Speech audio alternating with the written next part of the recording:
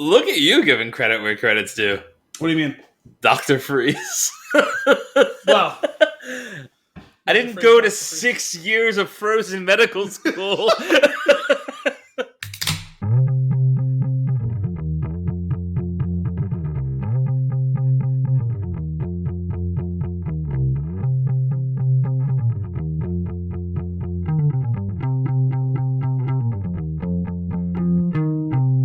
Hello, and welcome to episode 193 of Flix in the Six, where we race to episode 200 at breakneck speeds.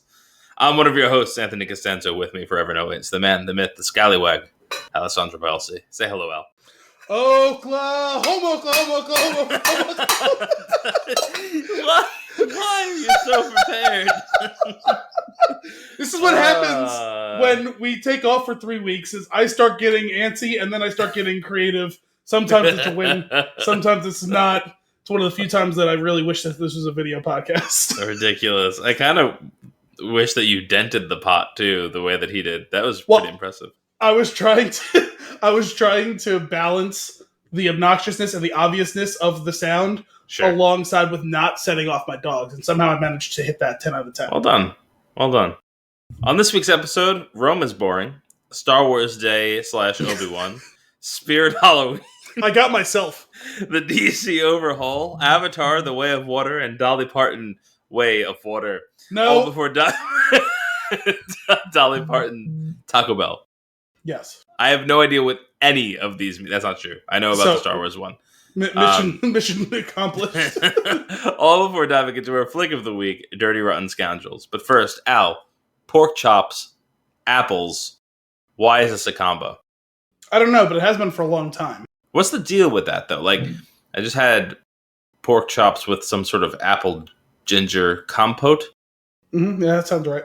It was good, but I don't. I mean, pork chops and apple sauce. One of my favorite things was a center cut pork chop with some sort of apple reduction glaze thing, and also these massive picture Granny Smith type of apple cord and some sort of like brown sugar stuffing inside of the apple. Okay. I was never big on like cooking shows, but my dad was watching it once on a weekend. It's like 15 years ago.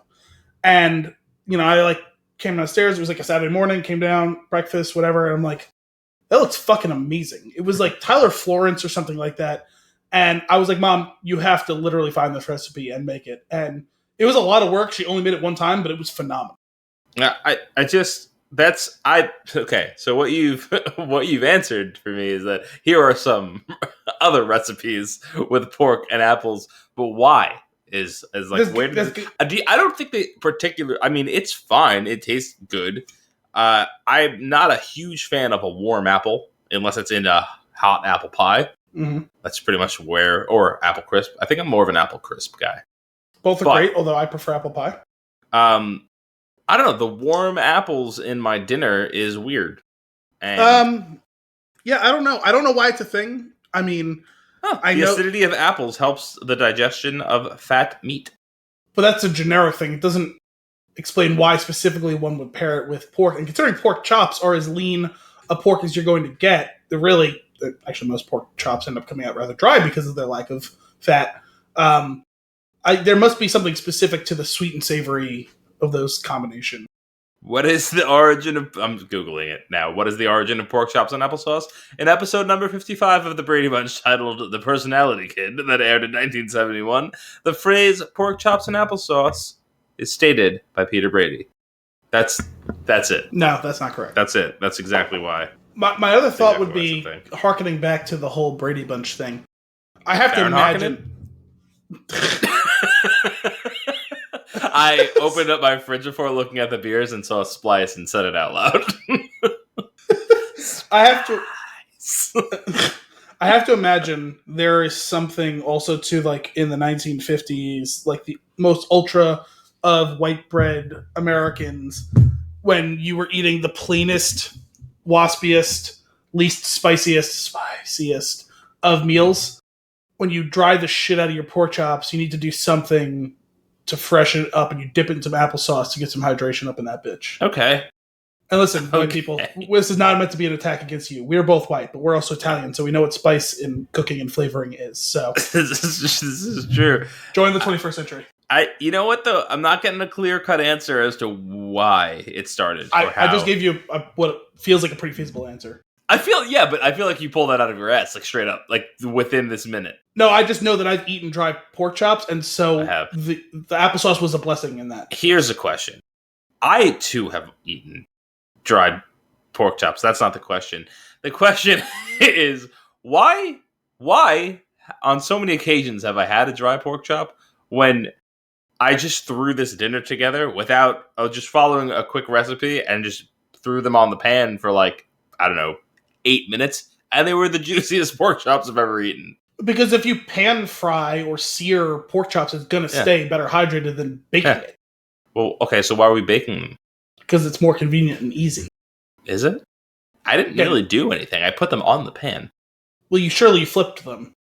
You're right. Is that where you draw the line? I also scored the fat so they didn't curl and make pork cups. I'm not a big fan of the pork cup. You don't like scooped pork chops? I don't like scoop chops. Oh, goodness. Al, what are we drinking? Well, it depends.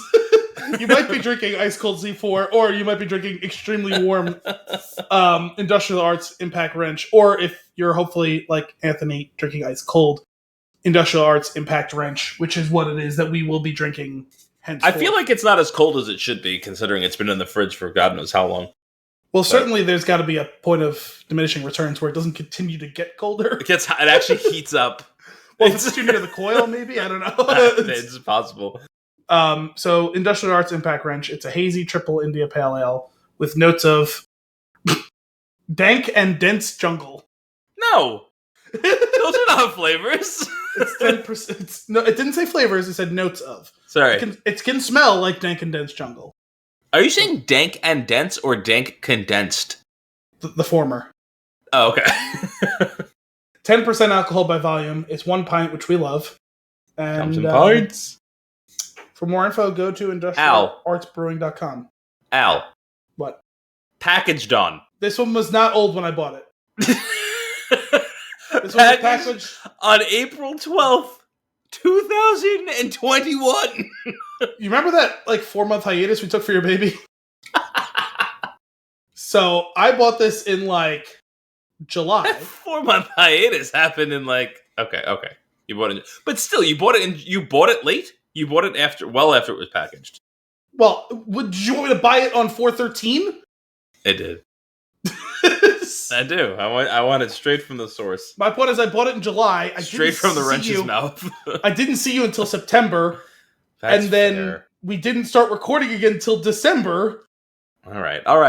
I'm going to let this one slide. Also, we had a 3-week hiatus just this past 3 weeks. But we've also had... Which I'm not blaming on you.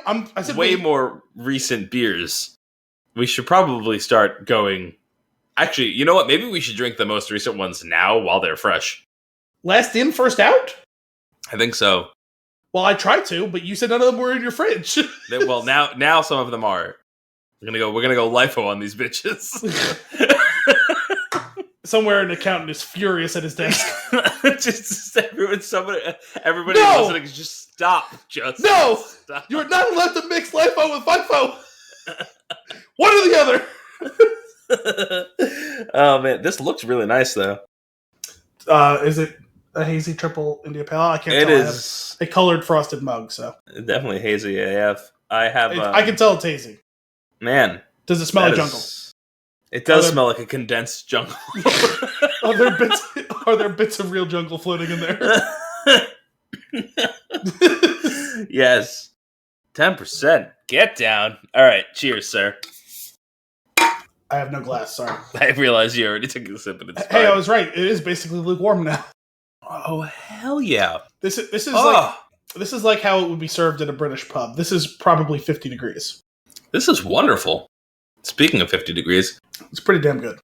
Industrial Arts makes some great beer. This is like the second or third that we've done on the show. Yeah, we've done a number of wrenches. What do you use an impact wrench for? Is that like a wrenches? I don't. Is that a? I actually use on the tire. That's a torque wrench, right? Is it? I'm actually not 100% sure. I've always wondered about the impact wrench too. Let's find out. I think I used an impact wrench to drive a giant bolt into a beam to hang a TV. All I'm getting is advertisement for them. For impact wrenches? Yes. Why impact wrench? There we go. I think that's how I'm going to go about it. It's a socket wrench. It's from Wikipedia. An impact wrench, also known as an impactor, an impact gun, an air wrench, air gun, rattle gun, torque gun, or windy gun, is a socket wrench power tool designed to deliver high torque output with minimal exertion by the user by storing energy in a rotating mass and delivering it suddenly to the output shaft. Suddenly. I like the idea that the impact wrench takes this bolt by surprise. I gotcha! Twist! So I see. We have a big old bolt that doesn't want to get in here. Don't worry about it. We're going to do this on 3. 1, 2. The bolt's like, oh shit, I didn't get the brace yet. Oh man. Oh man. The doctor did that to me today during a biopsy.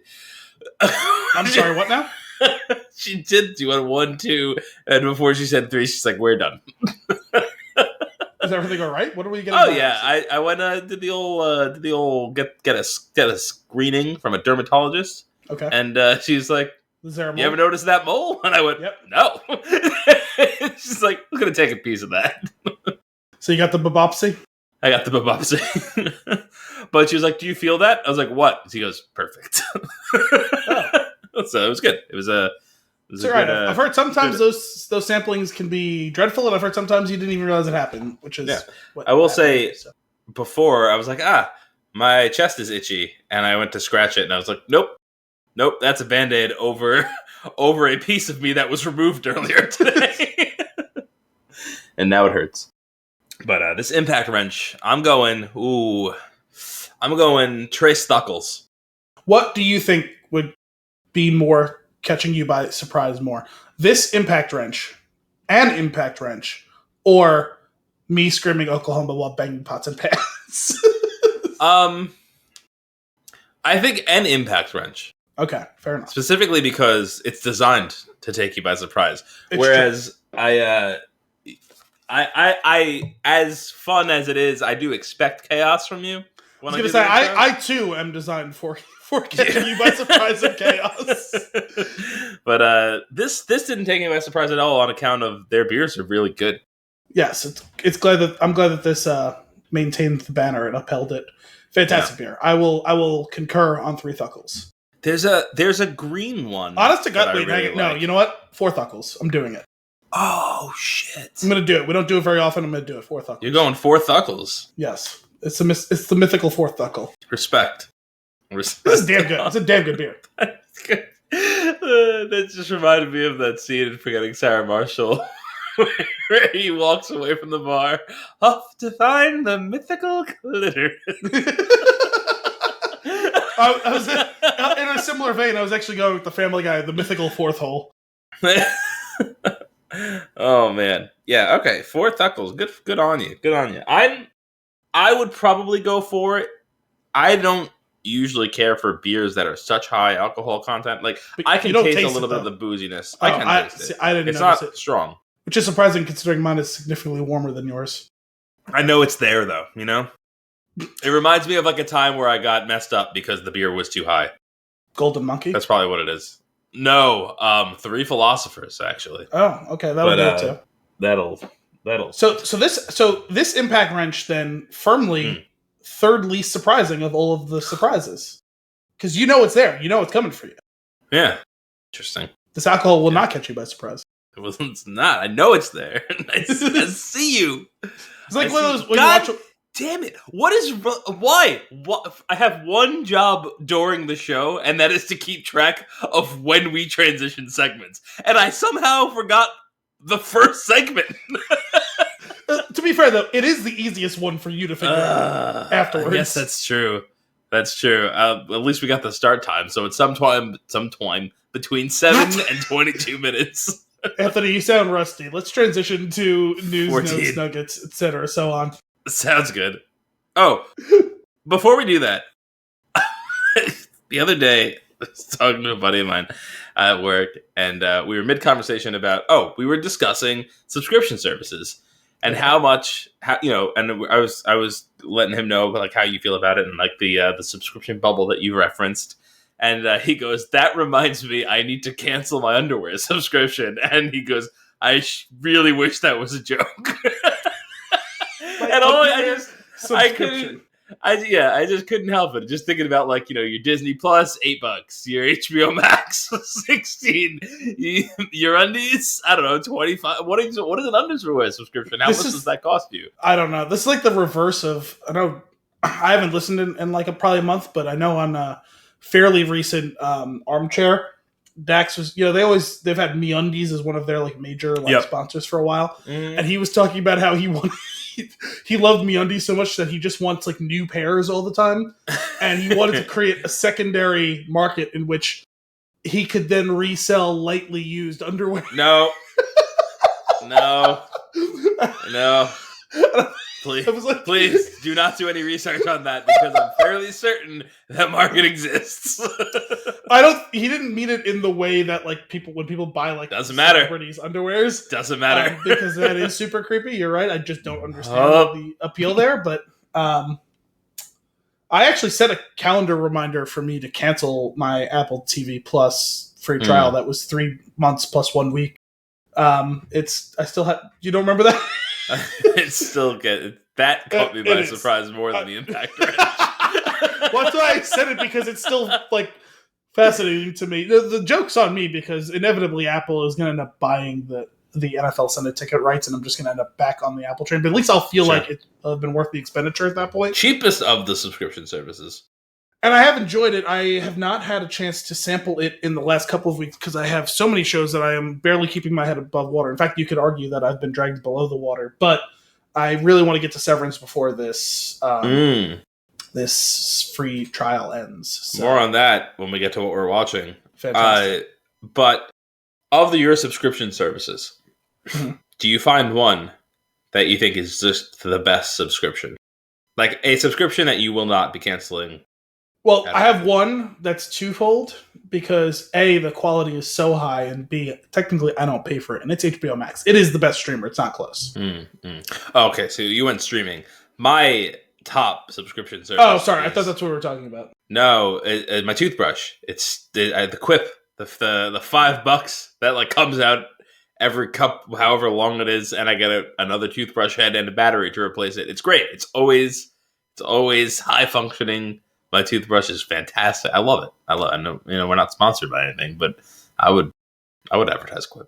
Quip, come get these downloads. Come get these listens. No, we will shill for you. We will. The way that you said that, I thought you were doing a pun, and now I'm realizing that you didn't mean it that way. No. I thought you were saying like, quick, come get these downloads. But I was like, that's pretty good. I like that. Trace Knuckles. All right, news and nuggets. Did we start this already?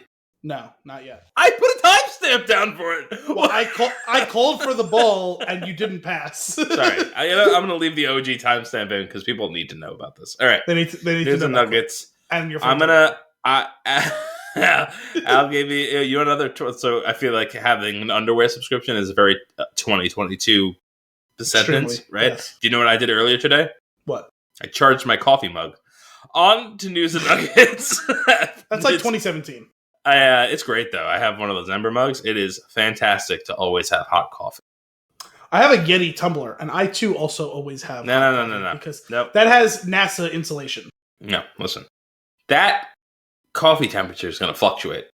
No, it's going to slowly go down. No, I pour myself the coffee at 6:45 a.m. Yeah, I leave it open for the next 15 minutes while I get myself ready to go to leave for work.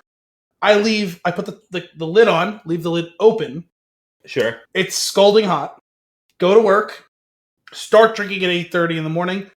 It's been open the whole time with just the slit open. Scald my mouth every single time still. Listen though, you still have to drink out of that little hole though. Right? Yeah. Wait. Yes. I'm drinking out of this nice mug. It's just a mug. It's beautiful. Yes. So that's how I drink coffee. Okay, that's fair. And it's no. I wasn't comparing the experiences of drinking it. I'm just talking about its ability to retain heat. Yes. Rome is boring, or so I hear. Yes. So these news and nuggets are going to be wild because they've been accumulated over the course of the last several weeks. Because we've had to wave off at the last minute like a desperate plane landing multiple times in the last several weeks. So this story is on CBS News. There's an update from May 4th. Today's May 11th. I don't remember what day I grabbed this story. I actually encountered this around the Full Cast Universe show is still on hiatus, though there's rumblings and rumors that it's soon to return. And this is exactly their sort of story. And I'm going to read you the headline now. The people of Rome are being held hostage by wild boar. I'm sorry. Wild boar. What? It was 11 p.m. in Rome, and 44-year-old psychotherapist Marta Santangelo was walking down her street, a bag full of trash in one hand, her dog's leash in the other. As she approached the trash cans on the darkened road, she realized she was in danger. She quickly scooped her dog into her arms and took off running, but it was too late. Her attacker leapt from behind, and Santangelo fell to the floor, the latest victim in a series of attacks on the citizens of North Rome. The aggressors? Wild boar. Hang on a second. The way that is described, it sounds to me like it is a person named Wild Boar. In Santangelo's case, it was a large sow with a litter of 7 piglets in tow. Oh my god! What in the world? Although the wild hogs... This sounds like an Edgar Wright movie. Although the wild hogs don't normally attack people. Wild hogs. Yes. They can pose a danger to humans and pets if they sense danger to their young or their food sources. The animal was on top of my head, Santangelo told Italian daily La Repubblica. If my dog had not defended me, I don't know what would have happened. Santangelo was lucky. A motorist who witnessed the attack drove her to a hospital where she was treated for minor injuries. But Romans have been rattled by the increasingly common and increasingly brazen encounters with the animals and anger at the local government for not stemming the boar incursions. Okay, so this story took me by impact wrench levels of surprise that I forgot... I forgot what you had called it. Rome is boring, yes. Absolutely play on words, you're correct. Oh, beautiful. Well, it was a play on words of multiple levels, too, because there was, like, Rome is burning is, like, the name of, like, the history. Was it Nero, who may or may not have set the Capitol on fire. Also, there was Jim Rome, who recently was in the news for completely random reasons, who was a sportscaster, who had a show at one point called Rome is Burning. His name is Jim Rome, and so Rome is boring. Felt I used to have just a lifetime ago on like my second computer. I had an application for ripping CDs and burning CDs onto called Nero Burning ROM. Perfect. And I love it. I love it. That was a very unexpected tale. Yeah, I have a little bit more. I'm not going to read the whole thing, but I have a little bit more details here. The Italian capital is home to an estimated 5,000 to 6,000 wild boar. They live in the city parks, but venture into populated areas at all hours of the day and night. They often move in large groups of searching for food, entering school and hospital grounds, perusing outdoor restaurants, and nonchalantly crossing busy streets and highways. By the way, goodness. There's all sorts of embedded videos and pictures in this. Oh no, I'm looking at him. I'm looking at him right now. This is ridiculous. Also, this reminded me of, do you remember that stupid story from like, I don't know, 2 years ago, let's call it, online, where there was, it was during one of the many debates about gun rights and gun restrictions and all that stuff, where, like, I don't know if he was in Texas or Oklahoma or Arkansas or something like that, and some politician or someone said something along the lines of, hey, we need to curb assault weapons ownership and all that sort of stuff, and this guy replied, but what am I supposed to do about the 30 to 40 wild boar that run through my backyard every morning or afternoon? They threaten my children who are trying to play outside. And that became a meme for a long time. What about the 30 to 40 wild boar? Oh, man. Okay. My turn on the news story. Okay, yeah, that was all I needed to do for this. No, it's more of an appendix to this one because I searched it and then I clicked on some of the pictures and then another article opened up and it says fans flock to save Berlin's cheeky wild boar. Okay, now we're gonna do this live. The Romans can send their boars to Germany. I'm gonna text you this story, and I need you to just observe the picture in the story, real quick. Unexpected. You sending it to me on my phone or on the computer? I sent it to you on the phone. Okay. It did not go through. Technology. Technology. Well, anyway, was it intercepted by the boars? It may have been. Really, what it comes down to is center frame is a boar stealing what looks to be somebody's bag of things from the park. In the background, you see a bunch of people standing there, and in the foreground, slightly off frame, but enough that you know what's going on, is a fully nude man. So, he must have been threatened by the boar. You are muted? Yes, I am. You are unmuted. Anyway, it doesn't look like that's ever going to go through, so it's okay. You'll never get to see it. But that's all I needed. I just needed to. There's more entertaining details in that story, but that was the crux of it. I just needed to inform you of this Italian national crisis. Nice. That's pretty amazing. I didn't see any wild boar running around Rome when I was there, but now I'm feeling like I missed out. You did. Damn. Star Wars Day happened. Correct. Got that Obi-Wan trailer. Oh, yeah? Hot damn. Are you just pumped? I'm so pumped. It's good to have something that's really uniting the Star Wars fan base in a way that we haven't seen since like early Mandalorian, where it was like, oh shit, here's something new and exciting and fun. Obviously, everyone has grown to love and enjoy the Mandalorian since then. Book of Boba Fett was a bit mixed bag. Everyone's been pretty excited by these trailers so far, considering there was a lot of skepticism, myself included, as to what the show was going to be all about. Sure. Hearing confirmation that this is a limited series, because it should be, there doesn't need to be multiple seasons of this. Right. If you're going to do this, this feels like the right way to attack this project. Let's crush 6 episodes or whatever it is. That's it. Get in, get out, move on. Everyone have a good time. And it looks gorgeous. Yeah. I think the first thing, I mean, we had noted this in the past, I think during the teaser, but it's like we joked a little bit about the Book of Boba Fett budget. And then when you see that, you were like, oh, there it is. It was pretty great. It looks awesome. I definitely got the feels were moving and grooving with the music and the effects. So I'm really, really excited. Like you said, 6 episodes is perfect for me too. Like I'm not a big series person. I have not dabbled in the limited series much. So I'm a movie guy. You're a TV series guy. This is the middle ground. So I'm interested to see how this plays out. Some of the characters I recognize like so many faces, but I don't like, I guess I'm so far, back in the day, I like lived and breathed everything Star Wars. And I still obviously love it.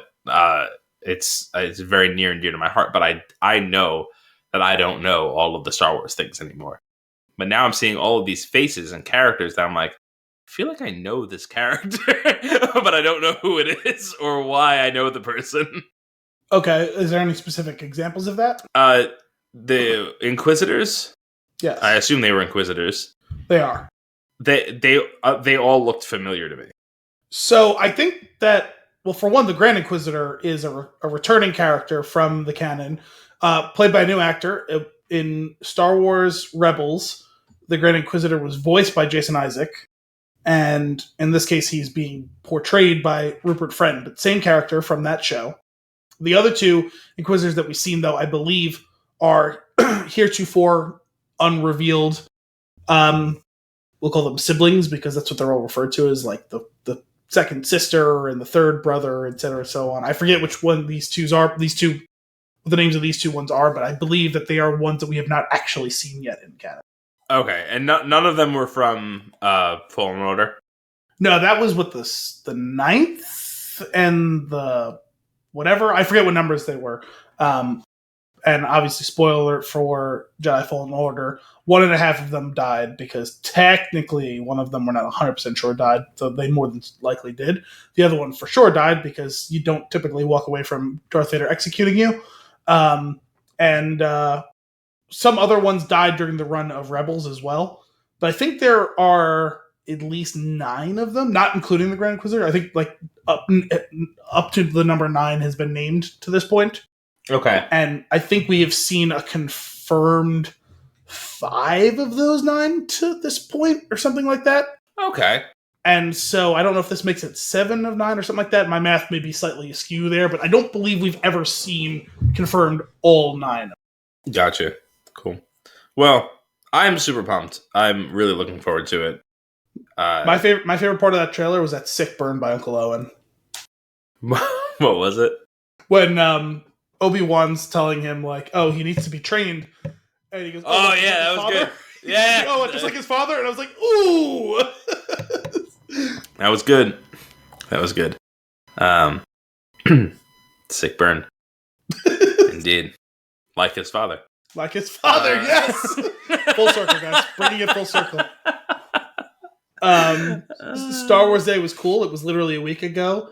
That was the only thing substantial that came out. There were some other little odds and ends, but I realized in the course of that day, when that trailer came out, I was like, all right, cool. Can't wait to see all this other Star Wars news. Totally forgetting that that's technically not Star Wars Day. It's going to happen like a couple weeks from now. Yeah. It's like, oh yeah, I feel like an asshole now, but it's going to happen the weekend that Obi-Wan releases. I'm sure we'll get more new, cool, fun stuff. Considering they were pretty light on big reveals and stuff last year, I expect we'll have a bigger crop of stuff this year, hopefully. Do you think we'll have some sort of next movie teaser, whatever that movie may be, in whatever... I know it's not going to be part of the main... I think for sure we're going to get a Ahsoka trailer, because that's the next show, right? Or no, sorry, it's Cassian Andor. I forget. One of those two is the next one. Oh. Well, maybe we'll get trailers for both. I don't know. I saw an image recently of of Rosario Dawson posting her trailer chair. Okay. So I assume maybe that is probably what we're going to see. Is that now, to your point from like before, like the Mandalorian and Book of Boba Fett, like I like this idea and hope that it's the case that each of these shows fits in and takes its own identity and like kind of mixes with the other characters and becomes like an anthology type piece versus like all of them going on for extended periods of time. And I feel like this is right for that as well, considering they've introduced her in live action form in recent episodes. So I'm kind of curious how that'll play out. Sorry, could you rephrase that again? I got distracted by text. That's okay. The beginning part of the you had like the way that you had kind of phrased like how the Mandalorian and Book of Boba Fett went, like almost like this like anthology of stories kind of mixing together versus them all having to go off onto their own like however many season series. And I'm hoping that this Ahsoka show kind of falls into that flow.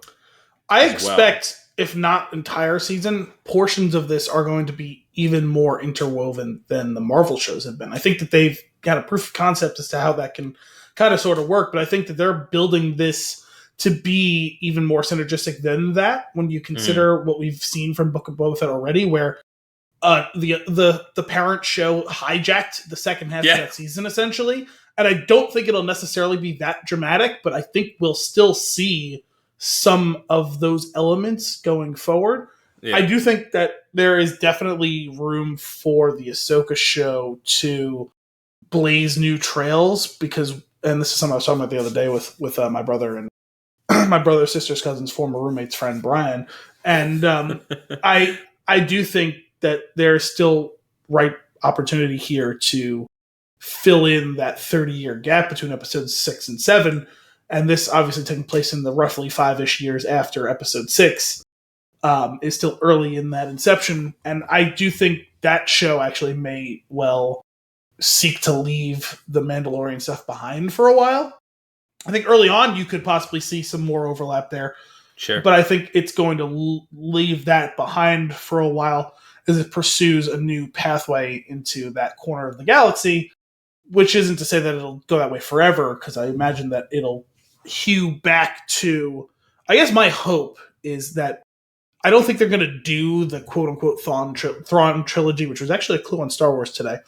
A clue on Jeopardy today. The Thrawn trilogy was a question on, or a clue on Jeopardy today. It was sci-fi trilogies, but I don't know that they're going to do that story writ large. I don't know if you can, considering the breaks in canon. I never read all of them, so I don't know. But setting up their version of that, which maybe could be the way that you start to now get some movies. Yeah, that's true. That's true. I mean, yeah, they may be able to, because they do now have a canon Thrawn trilogy as well as the OG. Oh, do they? I know that they've been doing some stuff, but it's like in the past, because I saw something online the other day about Thrawn and Anakin meeting during the Clone Wars. Okay, when obviously they were on the same side, right? So I don't know. Actually, now I'm second guessing whether or not it's a trilogy or it may be more books than that. But I read the first one, and it's really good, and it's like Thrawn's origin. Okay. I was just reading something online the other day about Thrawn and Anakin meeting, and then like how they then met again during the Imperial stage of the story, and how Thrawn is probably one of the very few people who was smart enough to connect the dots as to who Darth Vader actually is. Okay. Considering their pre-knowledge and how informed and brilliant that he is as a character. Yeah. All I know is whether it be live action all I know is whether it be this season or down the line live action, they need to keep what's his name? Lars Mikkelsen as Thrawn, because he did a tremendous job on Rebels. I think so too. Either that or do like a great, they definitely keep him, whether it's voice or full acting. And they do like a full on CG thing. They could do it. One thing that I thought was pretty cool reading that first book, I really enjoyed it. It had a couple of slow pockets, but it follows two characters closely, and they're like their paths are starting to converge, and then eventually they end up becoming kind of close allies. And I can't remember her name now, but Rebels, the woman that works, that's like kind of like his like right hand with like the short haircut. It was like Miranda, maybe? I don't remember her name. Oh, I don't remember. I remember the character you're referencing, but I don't remember the details. And I realized, I had watched a bunch of Rebels, and then I had stopped, and then I read this book, and I went back and I finished it, and I was like, holy shit. I was like, this is that character. Did we ever talk about you finishing Rebels? I don't think so, but it was amazing. It was. I'm glad that you finally got around to finishing up. I full on cried. It got me. Well, so this will get you excited then for the Ahsoka show, especially like the way that the show ended and the time jump, and knowing what Ahsoka's task is, trying to find Thrawn, because that will lead her to Ezra. Yeah. That's a really cool thing. That whole thing, especially spoilers for the end of Rebels, which ended 5 years ago or something at this point.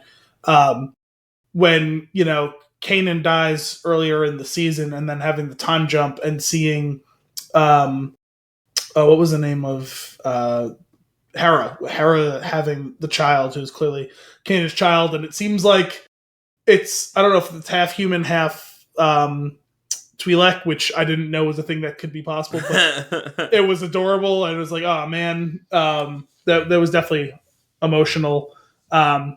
I still anticipate we'll see Sabine at some point in The Mandalorian, if not also the Ahsoka show. And probably the Ahsoka show. I anticipate that will be the way that you'll link those two shows early on in the season, maybe, when we know that Mando is heading back to Mandalore. We know that Sabine also is trying to reclaim Mandalore, and we know that Ahsoka is an important bridge between those two characters now, in a way that we haven't seen yet on screen, but will inevitably, considering all of them run in the same circles now.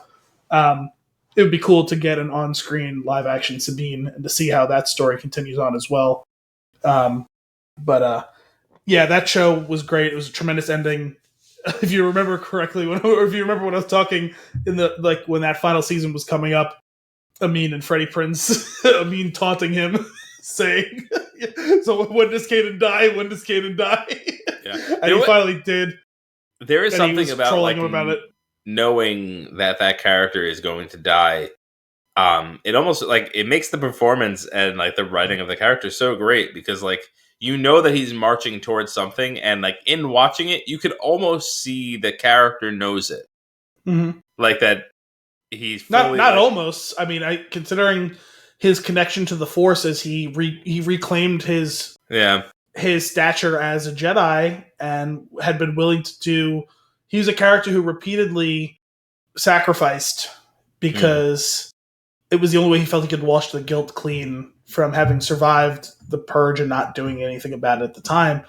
He's kind of almost selfish early on. It's about Hera, it's about his crew, it's about him surviving, and then he realized in order to actually purge the guilt that he had within him was to reclaim being a Jedi, even though he knew he didn't have the skills to do it well enough. But his path almost kind of mirrors a little bit Luke's in episode 7 and 8, where Yoda tells him, you have to teach about your failures too, and you have to embrace your failures and to lay down his life for his wife, girlfriend, however you want to phrase it, and his pupil and his crew and the cause, and allowed him to rejoin the living force and be, what he never had the chance to be, to be a true Jedi in his final moments.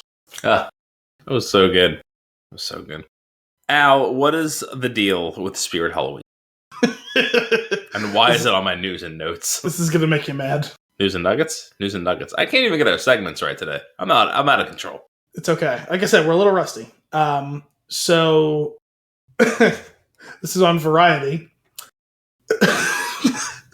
I'm sorry. Spirit Halloween store film in the works starring Christopher Lloyd and Rachel Lee Cook. Yeah, I know about this. Weirdly, I don't know when I read it, but I was like, I remember reading that going, what? No. And I'm not even looking further into this, but now that I have you. So I did the same thing, and then I said, no, I need to do this because this will for sure antagonize Anthony. With toy-related films all the rage, just look at the Play-Doh movie from Emily V. Gordon and John M. Chu, Margot Robbie and Greta Gerwig's Barbie movie, and Paramount's Transformers franchise. Halloween film fans have been left underserved until now. Spirit Halloween, the iconic costume and prop store with 1,400 locations across North America, has teamed with Strike Back Studios, Hideout Pictures, and Particular Crowd for a feature-length family movie called, you guessed it, Spirit Halloween. Billed as a family/kids adventure movie, the project stars Back to the Future's Christopher Lloyd and She's All That star Rachel Lee Cook, as well as some new faces. She's all that stuff. Surely she's done something. She's all that with Freddie Prinze Jr. Back in the day. Great movie, Prinze, by the way. I never actually saw that one, but I was not expecting 2 Freddie Prinze Jr. references in this episode. You weren't expecting to get Krugered by Freddie Prinze Jr.? No, and especially not 5 minutes apart twice. Yeah, that's fair. When a new Spirit Halloween store appears in a deserted strip mall, 3 middle school friends who think they've outgrown trick-or-treating make a dare to spend the night locked inside the store Halloween night. But they soon find out that the store is haunted by an angry, evil spirit who has possessed the creepy animatronic characters. The kids embark on a thrilling and spooky adventure in order to survive the night and avoid becoming possessed themselves. So I'm like really pumped about this because I love these like family-friendly Halloween movies. I just find them so entertaining, and I'm all for it. So I will absolutely be watching this one. Really? Okay. I thought you were going to vehemently... Also, Christopher Lloyd's in it. That's true. I thought you were going to vehemently... Professor Plum himself. No. This seems like it might end up in the Halloween playlist rotation. Really? Okay. We'll see. So, I don't know. It just got that... There's something about those style movies where they're cheesy, they're funny enough, they're like kind of heartfelt, they're like fun spooky. They're not like scary. They're like fun spooky, and I just love that. Like a Goosebumps movie. I mean, don't get me wrong. I love Hocus Pocus. You love Hocus Pocus. Oh yeah, big time. That's about it for me. That's the long and the short of it as far as those Halloween movies goes. What about there was a whole but there's a whole bunch of them on like Disney back in the day. Correct. And I just remember eating them up. Halloween Town. Halloween Town. There was one with a mummy. Do you remember that one? Yes. Mummy. Isn't it like my favorite? What is it? What is it? Under Wraps. Under Wraps, yes. What is my obsession with mummy movies? It's a great question. I definitely saw Under Wraps. I did enjoy that as a kid. Yeah. So looking forward to watching those again with the little guy. I think there was another one as well that came out around the same time, where like they had a string of them in those years, but I don't remember what it was called now. When's that Hocus Pocus sequel coming out? I'm not sure. I haven't heard anything about that in a while. So we can pull that up real quick while you move on to the next story. I'll say this is due to be out this year for October for Halloween. Also, before we get to the next story, it just reminded me of talking about haunted animatronics. I was thinking about other animatronics that may or may not be haunted, such as Anthony shaking his head because he knows where I'm going here. Anthony's birthday was the other day, so happy birthday to you again. Because I texted you for it the other day, and I wished that for your birthday, Antioch's blessings would be shared upon you. You sick bastard. What story do you want from me next? I want to know about the DC Overhaul. Okay. Are they still pinning... They're still pinning the entire end of the franchise on Ezra Miller, right? Like, just to be clear, we're still going to do that? That's happening? Well, that's not what this story is about exactly. At least not that I recall. This was from like a month ago. But he was arrested. They were arrested again like a week or so after that. I don't remember if we talked about that or not, if that was the last recording we did. That might have been I don't know. I'm not sure. And also, though, from what I was seeing about something totally separate where there was... I forget who it was now, but some actor had been cast in one of these DC movies, and people were speculating that they were replacing Ezra Miller on the Flash movie. And I saw one of the big like Hollywood writers just like the film wrapped like 5 months ago. Like it's not, the movie is happening as is. That person may or may not end up being down the line a replacement, but like that ain't happening. This movie is done. like filming and production has finished. It's in post now. Ezra Miller. Ezra from Rebels, better than Ezra. I word associated all over the mustache. Better than Ezra? What's better than Ezra? It's a great question. All right, so you're assuming The Flash is coming out. Yeah, it's coming out at some point. Yeah? I'm not convinced.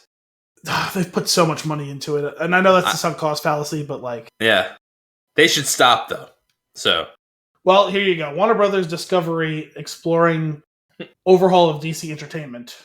Yeah, when Discovery took over, somebody walked through and was like, "What the fuck are you doing? You have this incredible set of characters that you just stop it." Well, I mean, you're not totally wrong based on what I recall from this article. The new owners of all things Batman, Superman, and Wonder Woman, notice that they didn't mention the Flash in there, are exploring an overhaul of DC. Oh, is this going to be like somebody else owns the Flash, so we have to do some sort of weird crossover and get the universes coexisting again? No, I just meant more that they don't want to highlight it at the moment. It's been less than a week since Discovery this was again from like a month ago, closed its $43 billion deal for Warner Media, joining one of the largest producers of reality programming with one of the most venerable entertainment brands under the new moniker of Warner Brothers Discovery. David Zaslav, the CEO of the combined companies, and top leadership have been toying with the idea of turning DC into its own... men. idea of turning DC into its own solidified content vertical, the sources said. The move would potentially affect DC feature film development in the Warner Brothers Picture Group, streaming series at Warner Brothers Television, the creative arm within DC proper, all in an effort to have the disparate elements more closely aligned in order to maximize the value of the superhero stable, one often seen as punching up against Marvel. So it sounds like, they're only doing the thing I've been saying they should do for like 5 years. Before the merger closed, Zaslav vetted candidates with experience in creating and nurturing blockbuster intellectual property with the goal of potentially finding someone to serve as a creative and strategic czar similar to what Marvel has in Kevin Feige. They would have been saying for like 5 years. One of those candidates includes Emma Watts, a former top film executive at 20th Century Studios and Paramount, but it does not appear that Watts will take the job. One insider suggested that Zaslav was less interested in finding a creative guru and more eager to hire someone who had the type of business background needed to keep all the different factions at DC working more harmoniously. Insiders say that Zaslav believes that the success of the merger, one that has left the company highly leveraged, will rest in no small part on unlocking the full potential of the DC Comics universe of characters. Discovery insiders believe that although DC has achieved cinematic success with recent films such as Aquaman and The Batman, it lacks a coherent, creative, and brand strategy. Yeah, together it's not good. Yes. Discovery believes that several top-shelf characters such as Superman have been left to languish and need to be revitalized. They also believe that projects like Todd Phillips' Joker are a shining example of how second-build characters from the DC library can and should be exploited. Margot Robbie's Harley Quinn is another example. Okay. But no. Those things were the best you could do in the mess that they've made. Yes. That is not the best it can be. No. So, it's already a bad angle. Yes. That concerns me. Well, the point is, do they go blank slate, or is there a way to right the ship? No, you go blank slate. You have to, at this point, you've jacked it up so much that you go blank slate, or you start it with the Batman. Well, here's some more on that whole reasoning. DC has started to figure out ways for its big screen films to inspire more streaming content. Recent examples include the HBO Max show Peacemaker, which is a spinoff of The Suicide Squad, as well as an upcoming planned series on Colin Farrell's The Penguin and Gotham City's police force. But the company believes that DC must do more to grow its approach to comic book fare, including bolstering gaming. Under Walter Hamada, who took over DC Films from John Berg and Jeff Johns in 2018, the unit has achieved more consistency in terms of both the critical and commercial reception to the company's movies. He is under contract until the end of 2023 and could play an important role in whatever Zaslav has planned. I think they need to, DC they've done like darker tones and things like that, but they never go full dark. And in like the movies, they should do it. The Batman came pretty close to that. The Batman's close, but it didn't, even that was PG-13 in theaters. I'm pretty sure. Yeah. I'm thinking you go, if you want to stand apart from Marvel, I think they should make these properties for adults. That, to me though, that would be trying to right the ship, not going blank slate, because they've already been beating their head against that wall for the past decade. I would say blank-ish slate in that I think what they've established with Matt Reeves' Batman is very strong. It would be blank slating the continuity, but it would not be blank slating the approach. Sure. Well, I don't know. The other stuff that they've done is like dipping its toe in the darkness. I mean, the Snyder stuff. It's that stuff. That's what I'm talking about. That's dark-ish. Dark adjacent? It's dark adjacent. It's gray. It's just bad. I'm sorry. That whole Zack Snyder, like, they need to obviously, like we've been saying it for a while, they just stop. It didn't work. Yeah. And like I don't know people that like that. I mean, they exist. That's how that's how the Snyder Cut existed. Even that stuff, like from the folks that I've heard, that they enjoy pieces of it, but even so, they like recognize, at least from the ones that I've talked to, they recognize that it's not great. I'm just saying, I don't even know if it's the vocal minority. It seems to be the vocal majority, even if it's only a 51% majority, because they reinvested in that property to release the Snyder Cut. It's a bot. That may have been how it started, but it ain't how it ended. Yeah, that's true. And then it came out, and it's like still bad. Yeah. And now 6 hours of bad, which just remember that Oscars thing? Biggest fan cheer moment? No, it was absolutely not that. It was 100% Avengers Assemble. And how mad has Warner got to be, considering the moment highlighted specifically was Ezra Miller's Flash. And then they immediately may or may not be trying to get out of the Ezra Miller business. Oh my gosh. Just move on. Like the CW Flash and Arrow shows are just above and beyond the Snyder Universe movies. they're so good compared to that trash. Which is funny because I always thought it was too soap opera-y. It absolutely is, but somehow it manages to capture in its soap opera-ness. It captures like the comic book vibe in a different way. Like not like yes, it's super campy, which is one piece of it, and that actually ends up working in its favor. It's still very hard. Like the Flash show I love it. It is so heartfelt. Like yes, it's repetitive. Yes, there's a formula. Whatever. It's very enjoyable. Like it's kind of run its course. However many seasons we're in now, to the point where like I fall off for a while, and then I go back and watch like 10 episodes, and then I fall off again, and then I watch more. But like that's fair. It needs to end. But like I don't know, man. That stuff is at least I feel like they do some cool things. They introduce characters. They do like great connections between other shows and bring in characters and do crossovers in a really fun way. That like I feel like it knows that it's cheesy.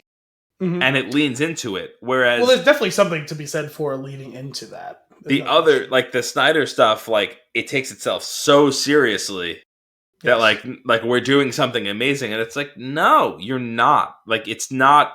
You fumbled, and it's like Drax without the laugh track. You know, nothing can get over my head. I'd catch it.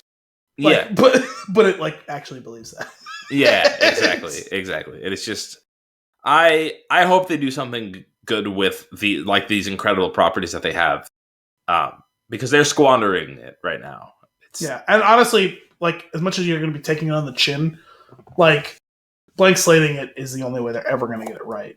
Because the more you try and rationalize and explain and guide and reshape those things, it's going to cost so much more than it's worth. Even if you do end up getting something decent out of it, it's not sustainable that way. But even so, like, there's a whole bunch of movies that are still connected to that are slated. 5, right? Aren't there like 5 movies? Well, at the end of it, for sure, they said the Shazam, Black Adam, Flash, Wonder Woman 3, Aquaman 2. So yeah, I guess that's 5. Like, how in the world do you greenlight a Wonder Woman 3 after that last one? And that would really make sense, because the first one was one of the only ones that you could like say is on the good side of the equation. Yeah. The second one was bad. Same director. Real bad. I don't understand what happened there, because it sounded like they were taking the shackles off of, was it Patty Jenkins, right? Who did that one? It seemed like they kind of maybe had shackled her too close to the Snyder stuff early on in the first one, and then they let her do more on the second one, and yet that felt less coherent and more studio interference than the first one did. So, I mean, people lie all the time, you know. They watched the second one, they were like, that was bad, but it could be better. he was the only good part of the movie. He was the only good part of the movie. Oh, man, that movie, like, I'm not one for nitpicking little pieces of a movie. I don't care about that. I don't care about little mistakes here and there, like continuity things, whatever. If they really break immersion, it's one thing. But, like, that movie, for some reason, every little thing felt so easy to pick apart. Well, it's the same thing you said when we did the Ringer 42 questions about Morbius, where it's like, when a movie is so bad that the things you normally would overlook, now you have to reevaluate and actually put under a microscope. Say, no, this is so bad, we're going to pick through every atom of this. Yeah. Every Black Adam. No, every The Atom. Isn't that one of those? Isn't The Atom one of those characters? They don't even have original names. What? They have 2 characters called Adam? Well, one of them is like Atomic, and the other one is like Eve, you know. Oh, is it Adam? I believe so, yes. Oh. I believe Black Adam is like Garden of Eden Adam. Oh. The Atom is like Atomic. You're okay, I see it now. ADA. You know what's great about is the Atom in the CW show is played by the guy that played Superman in like the 4th Superman movie. Is it really? Yeah. Who is that? What's the actor? And they make some jokes about like different things. Like they somehow nod to it here and there. Who's the actor? Pull it up real quick. Superman Returns? Brandon Routh? Oh, that's not the 4th one. Superman 4 is The Quest for Peace. Oh, sorry, Superman 5. Brandon Routh, yeah. Yeah, I saw Superman 5. What is that one called? Return of Superman? Superman Returns? Yeah. I saw Superman Returns and A Scanner Darkly in the same night. It was a weird evening. Yeah, I imagine so. Never saw either one. Of those movies was very good. I never saw either one, although I've kind of always been curious about A Scanner Darkly. More on that later. Really? I stand by what I said. All right. Avatar is a way of water. Correct. So, speaking of the way of water, I really have to piss. But let's continue on. We finally got a teaser. Yes. Let's call it a teaser. It came out exclusively with the Doctor Strange debut, and then was eventually released online after that went on for a few days. What did you think? There was a lot of shots of people's faces. Yeah, there was. I also clocked that. They cut so many times to so many different characters, and yet also cut so many times back to the same group of characters. I noticed that there's between that. I was like, okay, noticing. Okay, maybe that's what we're doing technology wise. Is like we're trying to point out that these are. I'm sure that's part CG of it, yes. faces. That's probably it. Yes, I agree. Like big thing if you get that right, because as close as it's gotten over the years, it's still not good. Like not good is wrong. It's still noticeable that it's not a face. Yeah, I mean, I will say, honestly, even though it came out in, 2009, the first one has done some of the best of that ever. Which is a tip of the cap to Cameron, considering how much they invest in all of this. I mean, I would say there's been a handful of movies and shows that have done a good job, or video games even, that have done a good job. There's been many that don't do a good job. I would say, like, Thanos is a pretty good one, right? Like, that looks kind of like Josh Brolin if you turned him into Grimace. Yeah, it's good mapping. Even that, there's like the face is expressive. There's a texture issue, mainly in his chin, but the face is expressive and it looks like Josh Brolin-ish. Yeah, I will just say, like, from a teaser of the movie, I was expecting something that makes me go, "Oh shit!" It's just a teaser. They didn't show you fuck all. I know, but like, I mean, graphically, because that's like, I feel like that's the hallmark now for an Avatar movie, right? Like, I mean, granted, it's only the second one, but like. They invented cameras to shoot the first one. Like, I wish you had just ended that sentence that they invented cameras. They invented cameras. But like, I didn't see anything in that teaser that's going to make me shit myself with my mouth open. Ew. Sorry, you do know where that phrase comes from, right? No. All right, I'm going to pull this up real quick. So with all that in mind, this is what Cameron has to say about the upcoming Avatar sequels via Empire. They're going to be bitchin'. You will shit yourself with your mouth wide open. Wow, fantastic. That's not from The Onion? No, that's actually from a long time ago. That's from 2014. Ah, okay. But I mean, listen, it still looks great, and I just watched it on my phone. I would like to double back and watch it again on a 4K television. But so, okay, while I love watching things in large format, your phone screen is incredible quality. Sure. So, if you're close to it, it's a fine place to watch it. I'm just saying I would like the benefit of watching it on that. My point was I have no gripes. I thought it looked great. I'm not saying it's shit my mouth open or whatever, but I thought it looked great on my phone. It made me want to rewatch the first one because I was like, yes, this looks how I remember the first one. No, surely it's better. I thought it looked better. Yeah. Well, I haven't watched it in so long that this is how I remember it. It's like I caught a bit of it like sometime last year. It doesn't look as good as when you're on the line in Pandora for that ride in Disney, which is just absolutely batshit crazy. Now that ride will make you shit with your mouth open. It's been a long time since I've been to Disney, so I haven't been on the ride. Oh man, I've heard great things. If like I would drop a few thousand just to go for like a Saturday and ride that ride once. That's how good it was. Wow. Yeah, it was. It knocked my socks off. I've never seen Kim so happy. Like she's like, this is like she was like, wow. That was great too. Oh man, it was it's quite the experience. Okay. Sorry, if I were to go, I would go there, and then I would go to Hogwarts, and then I would come home. Okay, fair. Yeah. But I don't know. Yeah, like this, there was nothing substantial here. Like we saw. No, I have no idea what's going to happen, what it's about. A lot of faces, people swimming. Mm-hmm. They did show a whale with one of those yeah, the tentacle. Yeah. What? There's a word for what that. Is that? There was a word for the bond. Remember, she's the bond, Jake. The bond. Avatar bond. I'm pretty sure. Yeah. Mating. Avatar mating wiki. Nope.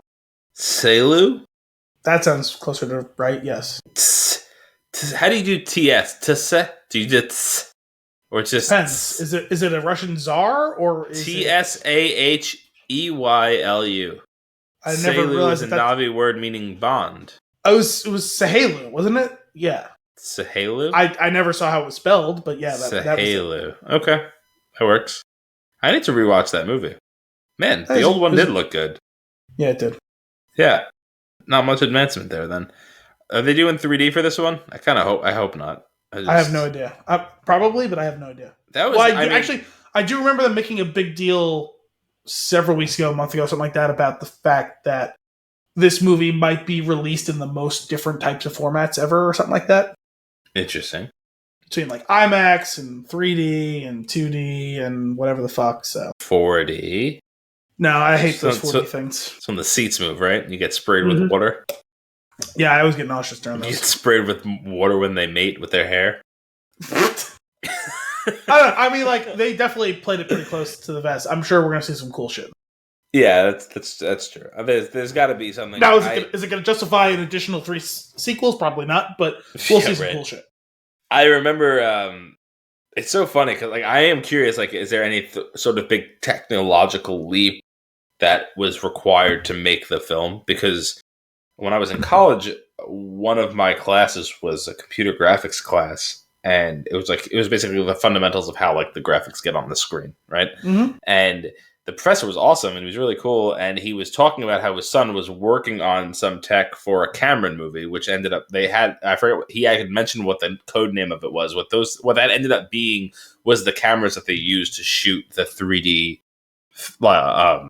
takes of the movie. So like that, I thought that was pretty cool. Like that's like just the idea that like the whole like. Developing the tech alongside with the vision of what you want it to be is so awesome. Yeah.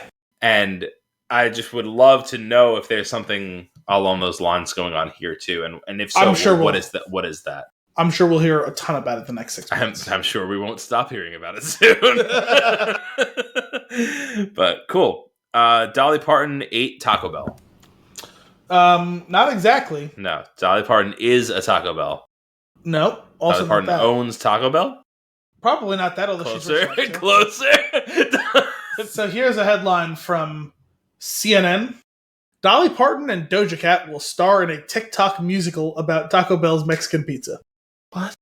I hate everything about that sentence. Oh. Well, more on that in a second. In an extremely I don't need more. In an extremely 2022 move. Dolly Parton and Doja Cat will star in a TikTok musical for Taco Bell themed around what else? The chain's dearly missed Mexican pizza. That sentence could have been generated by AI that was fed a list of buzzwords, but not Mexican pizza the musical is real, a fast food ode to the Taco Bell menu item that will return to stores this month and will air live on TikTok on May 26th. Dude. Well, first off, that's just... you know what? I'm moving right past that. Considering AI generated scripts, that thing that I sent you, the Olive Garden commercial. Talking about it the other day, yep. Oh, what a treat that was. I'm onto something there, right? Where I said that clearly that AI also read Orwell's 1984 because it was dystopic as fuck. That's actually like the name of the AI is Orwell.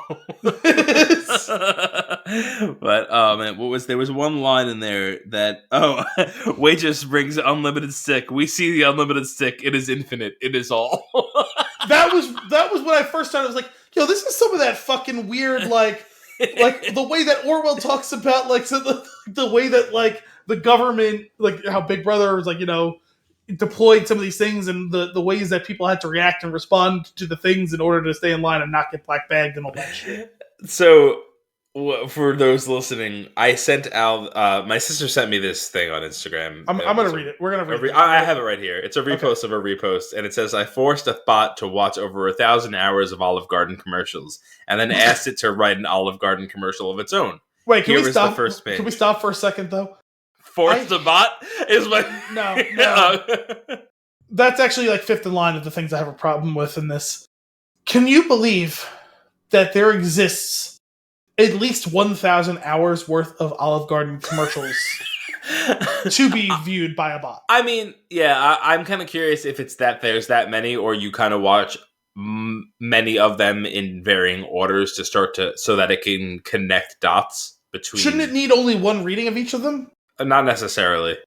Cadence. I mean, because most of them are like 60. Most of them are like 60 seconds long. Yeah, so most commercials are 60 seconds long. Yeah, I assume that it's as many as there are multiple times in different orders to try to get it to generate some sort of network. But Olive Garden commercial. This is literally written as a script, which is just wonderful. Like I always love when they do these like this. Yes. What is the what's that tool called? I have no idea. I don't like first draft or something. Anyway, interior Olive Garden restaurant. A group of friends, all caps, laughs at a dining table. A waitress comes to deliver what could be considered food. Waitress. What a great! So hang on a second. What a great burn of Olive Garden there. Unintentional by an AI, or maybe intentional by an AI. I think every one of these lines is going to have something like that in it. For example, waitress, pasta nachos for you. We see the pasta nachos. They're warm and defeated. Friend 1, the menu is here. Waitress, lasagna wings with extra Italy. We see the lasagna wings. I was dying from those couple of lines. Yeah, this one got me. We see the lasagna wings. There's more Italy than necessary. All of that killed me. The pasta nachos, the extra Italy. There was more Italy than necessary. I was dying. Friend 2, I shall eat Italian citizens. Waitress, unlimited stick. We see unlimited stick. It is infinite. It is all. Friend 3, leave without me, I am home. Waitress, gluten classico from the kitchen. We, the gluten classico. We believe the waitress that it is from the kitchen. We have no reason to believe. That was the part where I was like, this is straight up 1984. That's literally a line from the narrator in 1984. We have no reason not to believe. Sorry. Friend 4 saying nothing. Friend 1, what is wrong, friend 4? Friend 4 saying nothing. Friend 2, Friend 4, what is wrong, friend 4? Friend 4 smiles wide. Her mouth is full of secret soup. This is my favorite. This may be my favorite part. Announcer, wet voice in parentheses. Olive Garden, when you're here, you're here.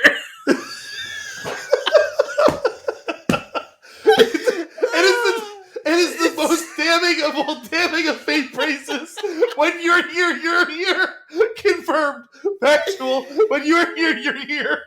That's where you are. You're there. Oh man, that I couldn't. There, it's rare that I'm alone laughing out loud. Oh yeah, and I couldn't stop, and I had to. I like sent it to everybody I know. Just. And the it is eternal. It is all was one of the things I got back the most. That like I said, that reminded me of one of the things that would have been described in 1984. But also, I could totally see that as being like the refrain of some like cult in a sci-fi movie. Yeah, it is eternal. Yeah. It is all. Wet voice. It is served. It is served with an unnecessary amount of Italy. Oh, that is so good. That is so. I would love to see like, okay, like it does that. I would love for it to like whatever this bot is.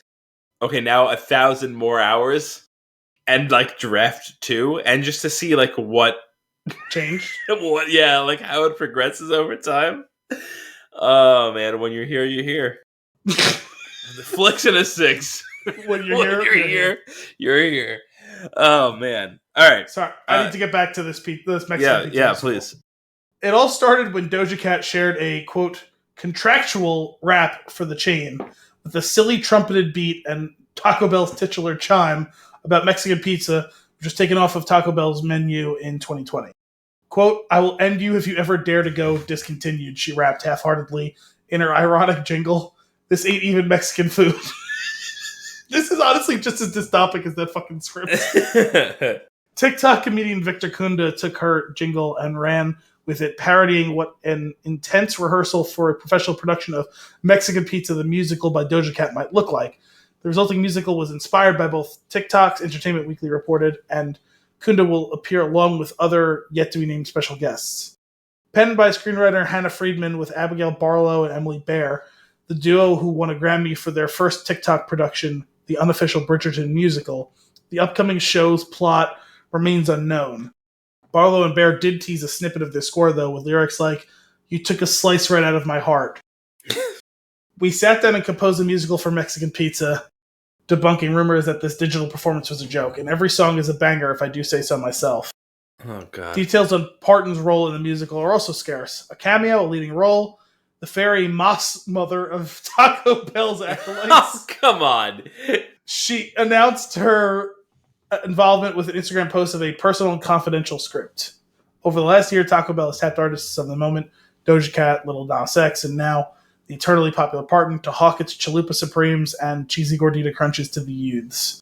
The country chanteuse feels inescapable these days, lending her likeness to sponsored content like a middling Super Bowl ad for T-Mobile and NFTs themed to her new book with James Patterson, Run, Rose, Run. That whole thing sounded like something. Wait, hang on. I got one final sentence here. So, Parton's had just as momentous a month as the Mexican Pizza. She was named a member of the 2022 Rock and Roll Hall of Fame induction class, along with Eminem, Lionel Richie, and the Eurythmics. On SNL, they did a short clip of that bit of it was like Dolly Parton, Lionel Richie, Eminem, and who else was it? The Eurythmics. Entered into the Rock and Roll Hall of Fame, which begs the question: what is rock and roll? I've been wondering that for several years now, because every once in a while, there's incredibly momentous artists, but I feel like they aren't rock and roll artists. Right. Oh man, that's funny. I want nothing to do with that story except to eat a Taco Bell Mexican pizza. I've never had it. I can't imagine I ever will. But this was brought to my attention because a couple of months ago on the Libitard show, they made a musical about the Super Bowl, and they've been trying to lobby for Grammy nominations for the musical. It was actually produced by someone who is Grammy nominated. I forget the guy's name now. He was, I think, a country singer, but he's produced some rock and some country music albums and songs. And he came down for a month, and they made a fucking musical, which is hysterical. It's incredibly inside to football and the NFL and the show, but it is legitimately pretty good. They took a bunch of people who can't sing and made it sound good too. It's a trip. Huh. But now they're upset because they're afraid they're going to get crowded out in the social media category by this upcoming Mexican pizza TikTok musical. I will say I don't eat fast food. It's been a while, but I will on a road trip. It's almost a necessity. You have to have it. It's part of the experience. On a substantial road trip, if you are hungover away from home, it's pretty essential. I try not to eat it outside of that. I don't always succeed considering I'm on the road all day for work. Sure. Yeah. I will say though, when I do, if I have it, it's usually during a road trip or something like that. And then I have to be, it's very specific what I'll have. And Taco Bell is my number one. There are now 2 Taco Bells within 10 minutes of my house. I have not been to either of them in years. My love of Taco Bell dates back to the release of Batman and Robin. Oh wow! And the meals and the games that went along with it. I was also not expecting multiple Batman and Robin references in this episode. I mean, if it's an episode of Flix and Six, Batman and Robin is likely coming up. But 2 separate iterations of it. Oh man, I love me some Taco Bell. Fair enough. See, it's good. It's good, terrible stuff. What? That's it for News and Nuggets, isn't it? Yes. Oh my goodness. We made it through. Only an hour and a half in. All right, Al. It's time for what we're consuming. What is that? What aren't we consuming? This is a Treehouse alter ego. Ooh, nice. It's very. I think you gave me one of those, didn't you? I did. I sure did. You had more of them for the show. Well, I bought a 4-pack, so I excellent. had excellent. Couple free. I almost grabbed another beer. This was in the the wine beer fridge over there. Nice. So I almost bought another beer, grabbed another beer to have, and I thought that when I got up to go to the bathroom and that quick break that we just took, but when I got up, I realized that I feel this beer because I don't drink often, and this one was 10%, and it came in pints, so true. Not going to have another one.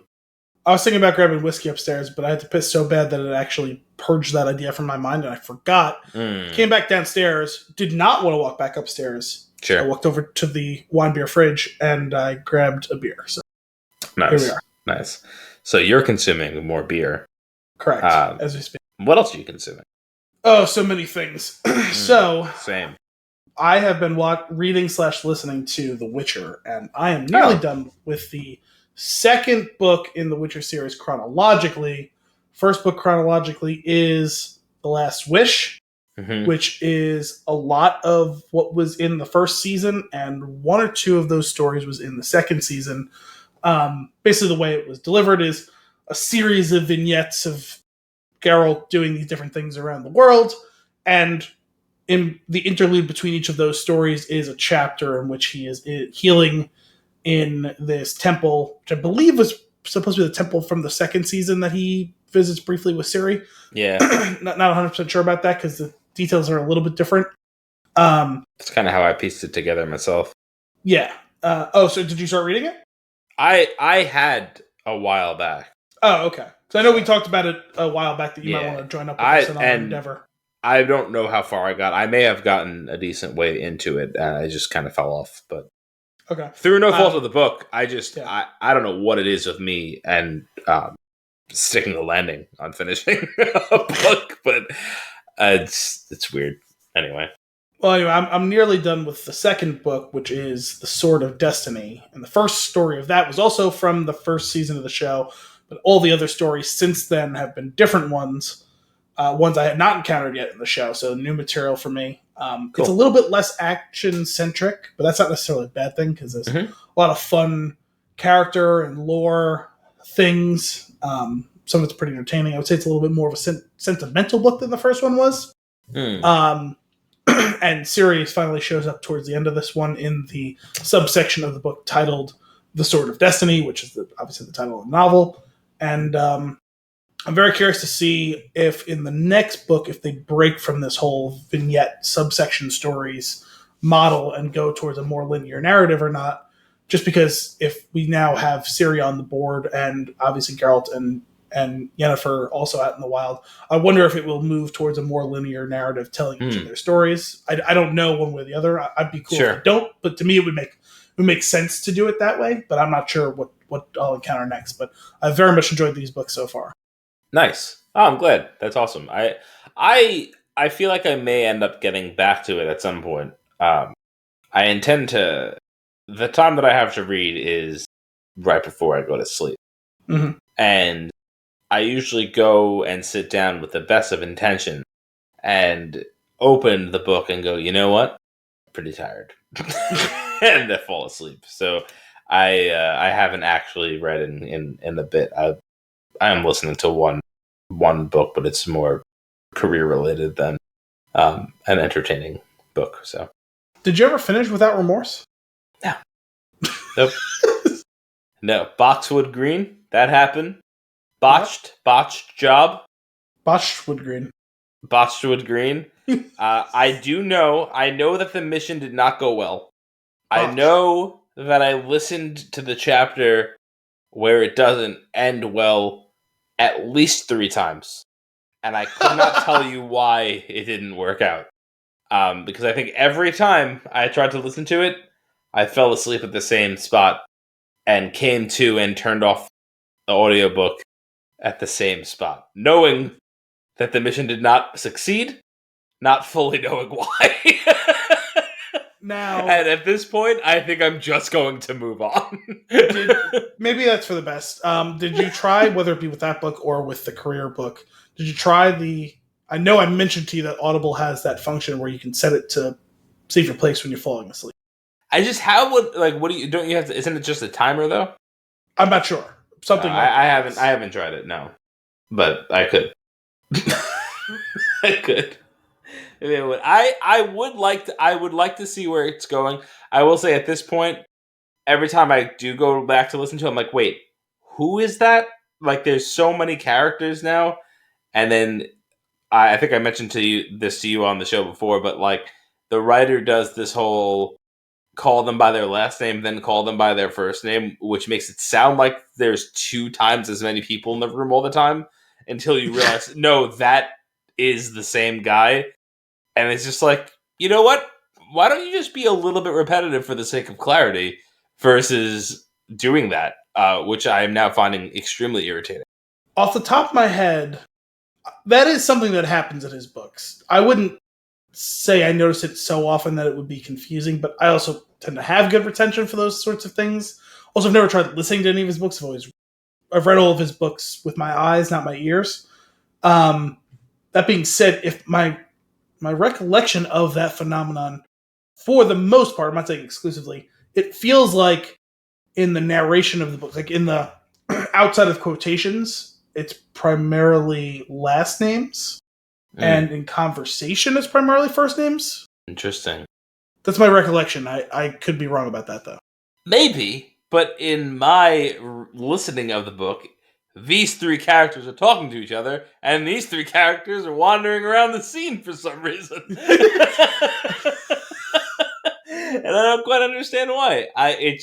I'm sure it's a me problem that I could get over if I just gave it a little bit more. The thing is, before you sit down to listen next time, you need to write down all the characters' names. Now we're too far, right? Now, who's dead, who killed who's on the lam, who's the bad guy, who's the good guy, who knows what. There is a guy that is in the police station or close to the police station that is a bad guy that knows what's happening and that knows what information is being passed around and knows that things are getting close to coming down, but is trying to not let it happen. I don't know. I think that I could get back into it, I'm sure. Oh, the other day I put it on, and a character that I did not know had died. And I was like, I must have fallen asleep on an entire chapter at some point because I was shocked. So this wasn't a Boxwood Green related death then? No, this was a different death entirely. Man. I was heavily invested up front in that book and I was really enjoying it. And then life happened and then I don't know, the book started falling apart. But okay, that happens. We'll see. There are always many characters in his books, though. It is Game of Thronesian, where, I mean, obviously those books were written a decade plus before Martin published, but yeah, no, there's always many characters in a Clancy novel. The thing is, there are a lot of characters, and for the most part, I've kept track of them well enough. It's the Tonys, the Billies, the Bobbies that are really just, and they all may be the same person. It's unclear. and the Smiths, the Johnsons, and the Williamses, who actually are each one of them is Tommy, one of them is Billy, and one of them is Bobby. Yeah, I'm pretty sure it's like Tony Moretti, and I could swear for like 2 or 3 chapters, I thought Tony was talking to Moretti or something along those lines, but it's the same guy. It's a whole, I don't know. It's like I said, it was probably just a me thing, thinking that I could kind of semi-passively listen and retain it, but there's too many names. If they used the same name each time, it would be fine, but they don't. And anyway, I don't even know how we got on this. Oh, the Witcher. The Witcher.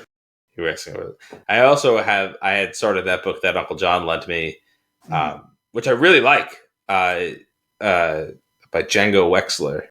And Not Kim Wexler. More on her later. Yes. But the it's good. I'm really enjoying that, and even that I'll read like a chapter and then like I end up on like a month hiatus before I pick it up again. But like for whatever reason, that's tough. I've really been able to retain everything going on in that book.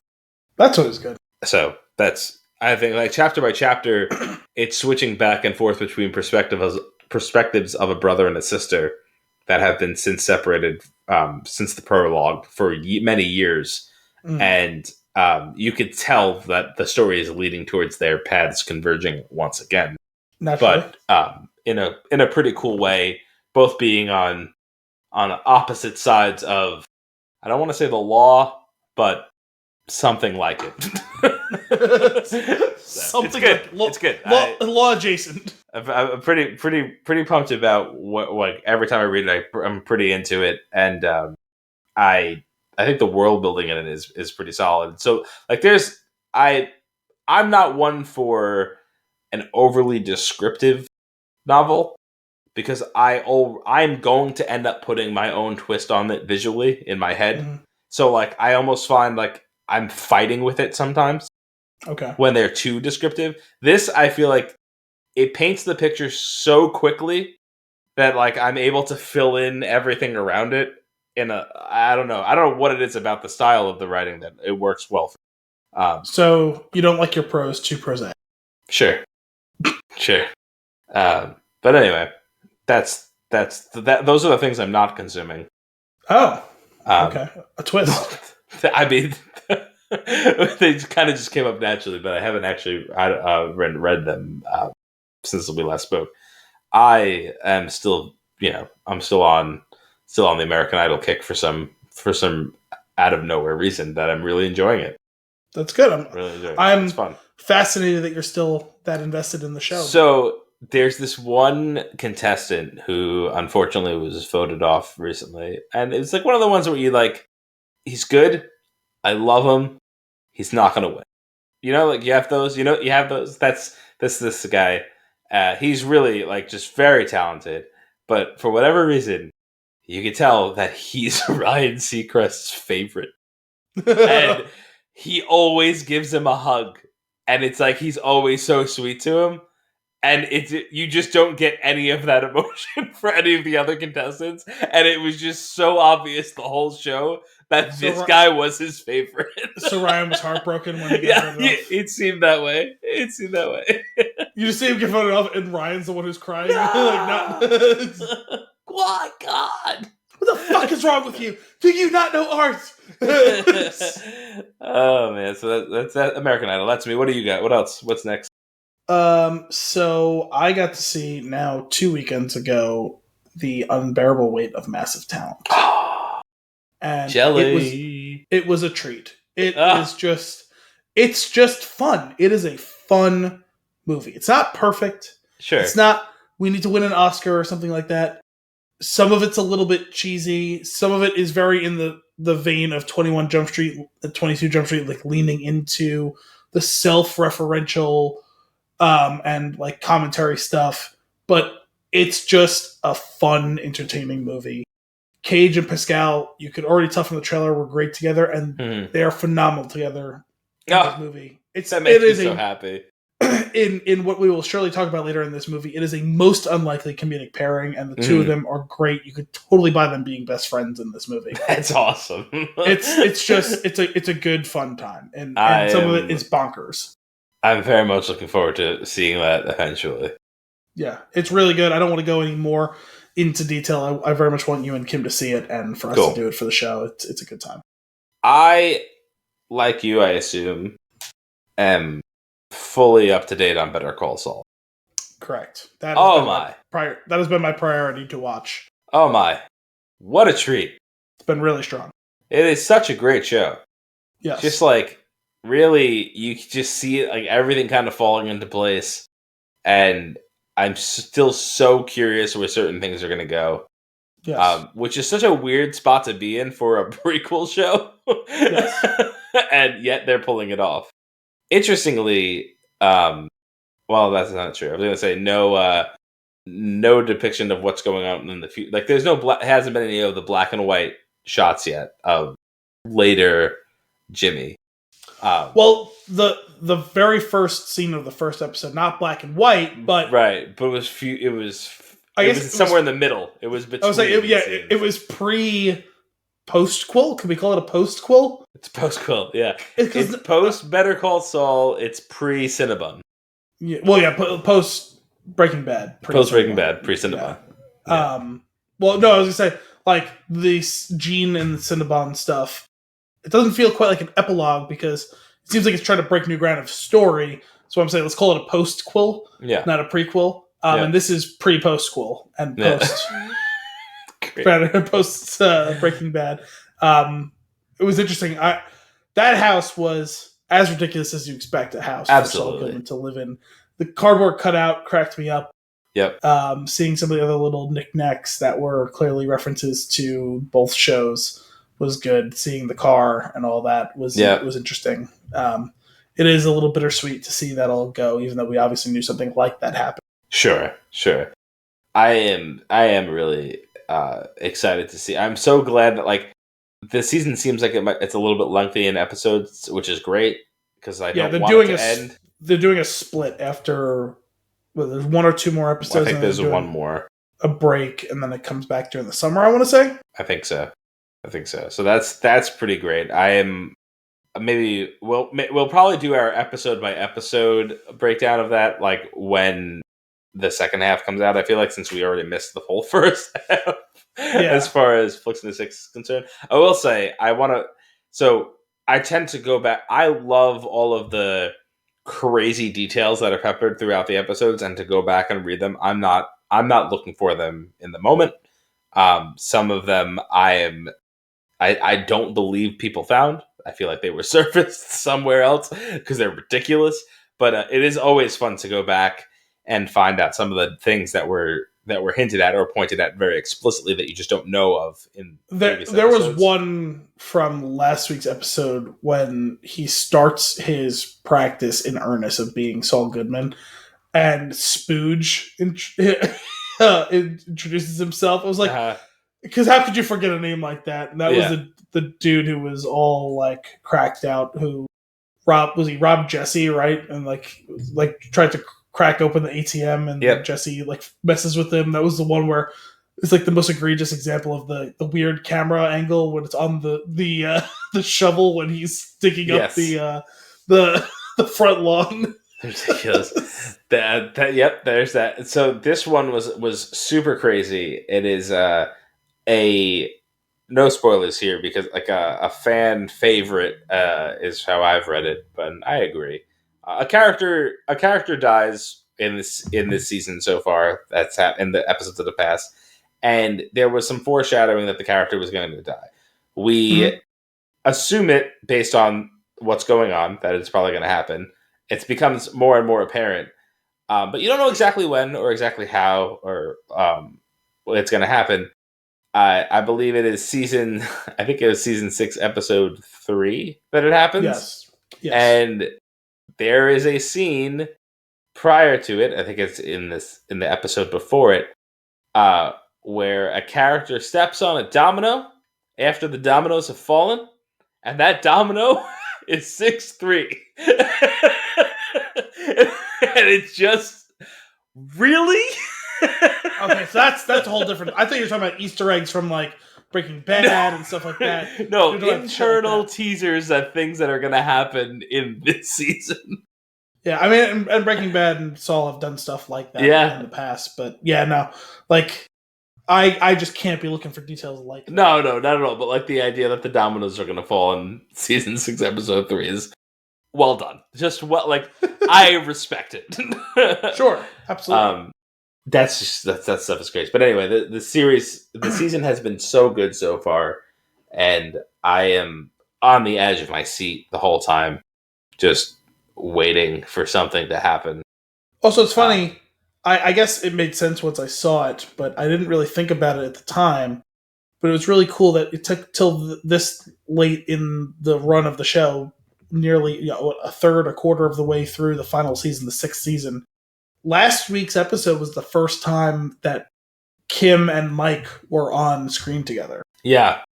in an episode directed by Reese Horn, which was really cool. I think this is the first episode she's directed in the show, isn't it? Oh, that's cool. I don't know, but I think it is. I'm not 100% sure, but I thought that was cool. I think it was kind of a nice touch that she, in her episode she directed, she really dished out some of the best stuff to everyone else, because that was the episode, and this is a light spoiler here, but Jimmy dressing up like Howard with the fake tan and everything. I was dying when he's fucking walking down the street dressed up and looking like, with the dyed hair and everything. The whole scheme that they concoct with the car and fan favorite prostitute Wendy and all that stuff. Hysterical sequence of events. It's really great.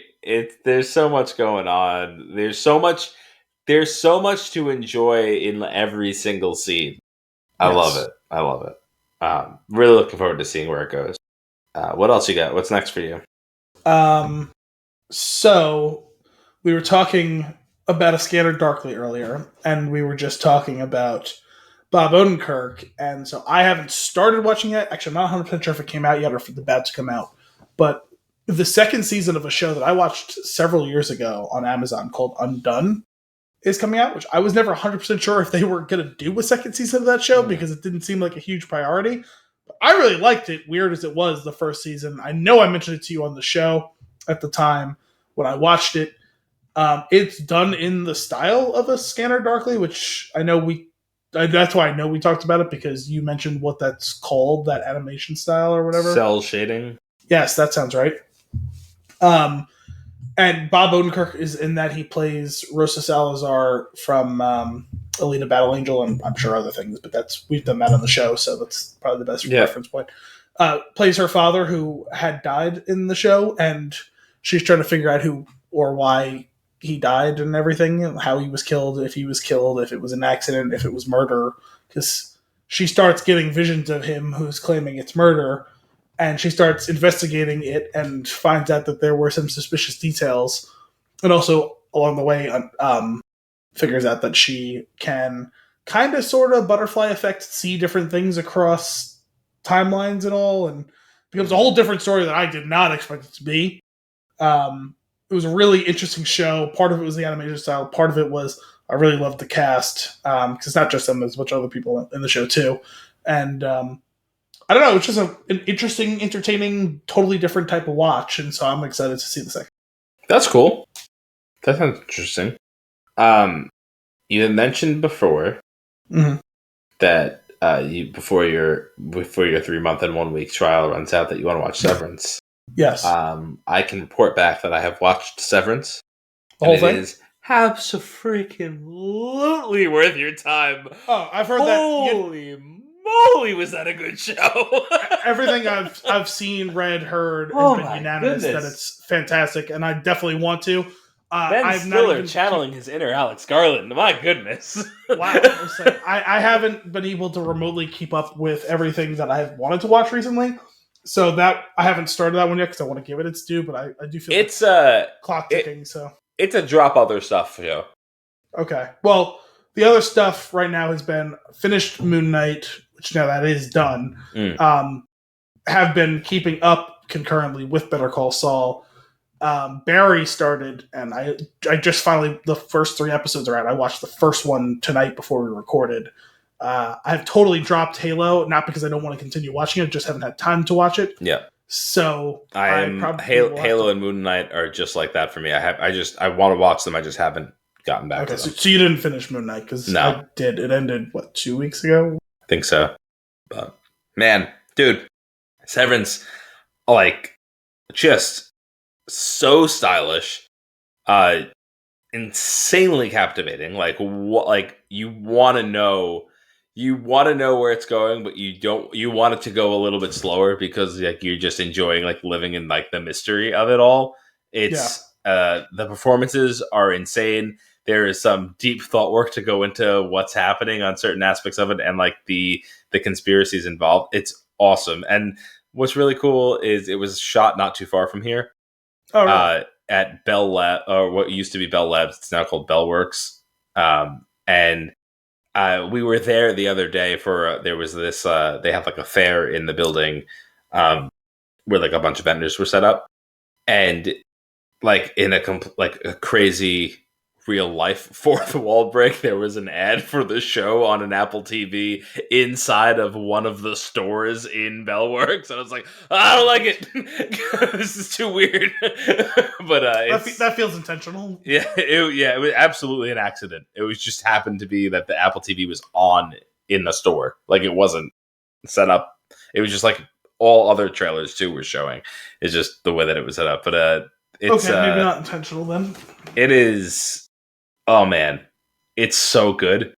Crazy devs vibes as far as like the intrigue and trying to piece it together and understand it along the way and wondering why and what is going on, but like not in a misleading way. Like everything is so well thought out, and you can tell that there is clearly an answer to all of the questions somewhere. So the well-executed puzzle box, then. Yeah, and you're not going to get all of them by the end of the first season. Okay. And I think that's good because I want more. And there was 9 episodes, I think. And after the 9th one, Kim was like, episode 10, please. I was like, it's not happening like every day since. What do you want to watch tonight? I want to watch episode 10, which doesn't exist. So it sounds like this is very against the grain for like Stiller stuff, because obviously he's been working more behind the camera and all, and this sounds like it's a big departure from things he's made in the past. Yeah, I mean, like I don't know too much about like other things that he's directed and stuff, but I know that there's always there's a tinge of comedy in there. There are some laughs to be had in it, which is great, but it's super dark. I know he's directed a good handful of things now, but off the top of my head, the only thing I can think of is The Cable Guy. Mm-hmm. And obviously there's some funky stuff going on in that movie, but that's still at its core a comedy, right? Yeah, this is definitely the other way, where there's like the occasional chuckle to be had, but it's almost like a nervous laughter. I'm gonna see if I can pull up what else he's directed here. Dodgeball 2. What? No. What else we got? Severance. Escape at Dannemora? Dannemora, yeah. Miniseries. I've heard of it. I forgot that he made that. Oh, he directed Zoolander 2? That actually sounds right, yes. Secret Life of Walter Mitty I did not get to see, but wanted to. Oh, I didn't realize he directed that. Okay. He was in it. He was the star of that. The Station. He directed Tropic Thunder. Wait, he directed Tropic Thunder? And OG Zoolander and Cable Guy. So this feels like I don't know anything about that Escape at Dannemora or that was supposedly really good too. But I'm kind of curious. That didn't get nearly the same hype as Severance, though. A female prison employee in upstate New York becomes romantically involved with a pair of inmates and helps them escape. Interesting. But so it's absolutely worth your time. I think you're going to very much enjoy it. Yeah, no, it's definitely something I want to watch actively. Yeah. Dodgeball 2, plot is unknown. Interesting. I don't think that needs to be a second one, but whatever. Probably not. Cool. What's next on your list? So I watched a movie that got some promos on TV in addition to internally in Amazon. But I watched a movie called All the Old Knives. Did you see anything about that? Are you aware of that movie? I'm not. It's Chris Pine and Tandy Newton and other people. Lawrence Fishburne, I want to say. Jonathan Pryce. Probably still other people. But definitely the two of them, for sure, were the stars of that movie. I definitely watched the whole movie. I did not fall asleep on it, but I was rather tired while watching it. Sure. I watched this several weeks ago. It was a good, solid...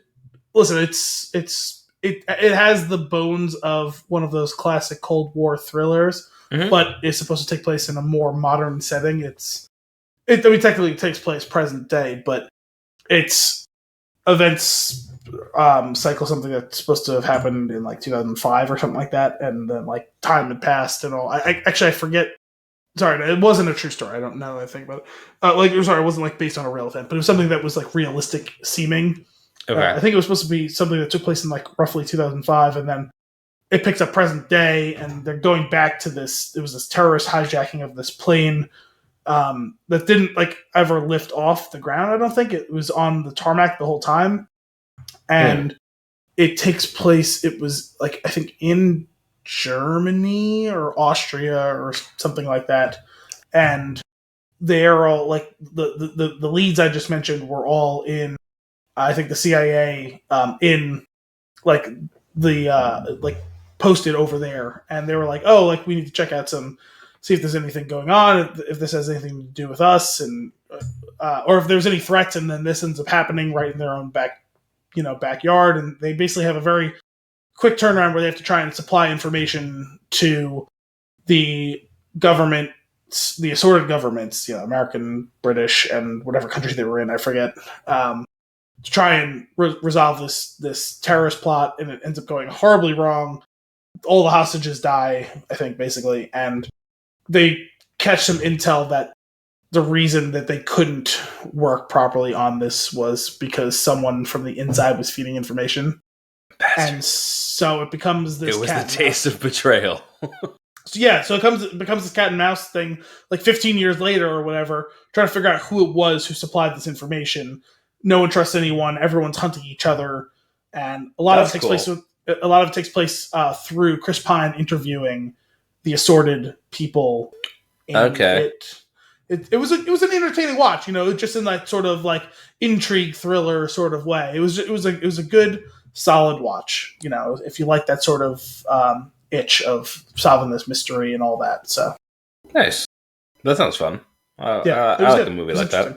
Yeah, sweet. I mentioned Halo and Moon Knight are on hiatus for me, but I have, in the past couple of weeks, I got to sit down a few times with the Guardians of the Galaxy game. So it was on sale a few weeks ago. I bought it. I have not started it yet. Because I mean, you'd spoken very highly about it, so I got it. Yeah, it's every time I sit down to play it, I love it even more. I haven't heard a ton about it online, but I've seen a lot of people seem to really, really like it, and I know you said you really like it, so I downloaded it when it was on sale. I haven't had a chance. I haven't really played anything in the last couple of weeks, so it's something I'd like to pick up as soon as I can finish off my Andromeda playthrough. Yeah, the gameplay is super fun. The storytelling is fantastic. The writing is awesome. Everybody's really well fleshed out. The decision tree stuff is pretty strong as far as not feeling remorse for I wish I would have said that instead of this, but just kind of enjoying where the story goes after you make a call, to the point where I'm I almost want to just pick the left option all the way through this time and the right option all the way through next time, just to see, because I'd much rather watch the characters deliver the lines and talk through it, because it's fun to watch. And I know you mentioned that throughout the game there's times where a decision you make is referenced, and specifically the game subtext actually tells you this will be remembered later on, or this has to do with something you decided earlier or whatever. I like that. I am curious what kind of differences actually occur based on those actions, because everything seems so tightly streamlined that I kind of wonder how much control you are having over the flow of the game. But even so, like I said, the performances are really great, and definitely leans a little bit more into comic book story arcs and lines versus the MCU ones, for a handful of things, specifically Thanos, and you're getting a lot of information about Thanos through backstory of Gamora and talking to her, not you're dealing with him. It's just I think it sounds like he's since been disposed of. I haven't fully figured it out yet, but it's more along the lines of in the comic, I believe he falls in love with Death, who is there's an embodiment of Death, and that's the actual driving force behind the snap and all that stuff. Whereas that's a big comic book storyline. I forget from what run, but yes, that is one of them, because I think that's technically the character that Kate Blanchett was playing essentially in Thor Ragnarok. I think there's overlap with that character. Oh, really? I think so, because she's technically, she was Hela, right? But she was the goddess of death or whatever. And I know in the comics she's referred to as the goddess of death and mistress death and all that sort of stuff. I think that's the character, basically. Okay, gotcha. That's cool. But yeah, so like it's just been what's really fun is to walk through these just incredible landscapes as you're like, going on a mission, yet the game seems so full because the characters are constantly bickering. But in Nice. like the best way and some of the most ridiculous lines that will catch you off guard here and there. Like Drax will constantly throw a line out there of like, I will go first over this scary ledge, but don't try to kill me, Gamora. Because like he's convinced that she can't be trusted, even though they've been doing this for a while now. Yeah. She is so clearly on the team. Like that type of thing is really funny to experience the whole way through. There's just so much of it like along the same lines. Like he always seems to be like making jabs at her, but then she does something pretty significant for like the team in a scenario, and he's just like, she is incredible at wielding that sword, and Rocket like stops in his tracks and he's like, whoa, did you just compliment her? Like there's like, it's just so like the characters are so aware of each other and how they interact with the other characters on the screen that like it's incredible that the writing could be so tight around that stuff, considering you are making choices and differing things are happening dialogue wise based on those choices. Yeah. And I'm just really, really enjoying it. That and the playing as one character and issuing commands to others to do certain things here and there, and like stacking certain things like, I don't know, crowd control with Groot, and then like area of effect damage with Rocket and some explosions, and then having Gamora doing like a strong strike on one person or like 3 mediocre strikes on a few people, and like just like deciding who to call in when is really cool.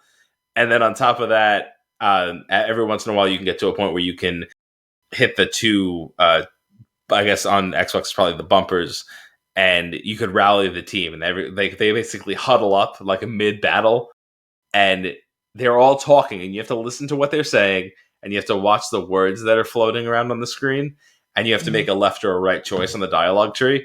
And if you pick the right one, it rallies the team, and if you pick the wrong one, they kind of just get annoyed with you.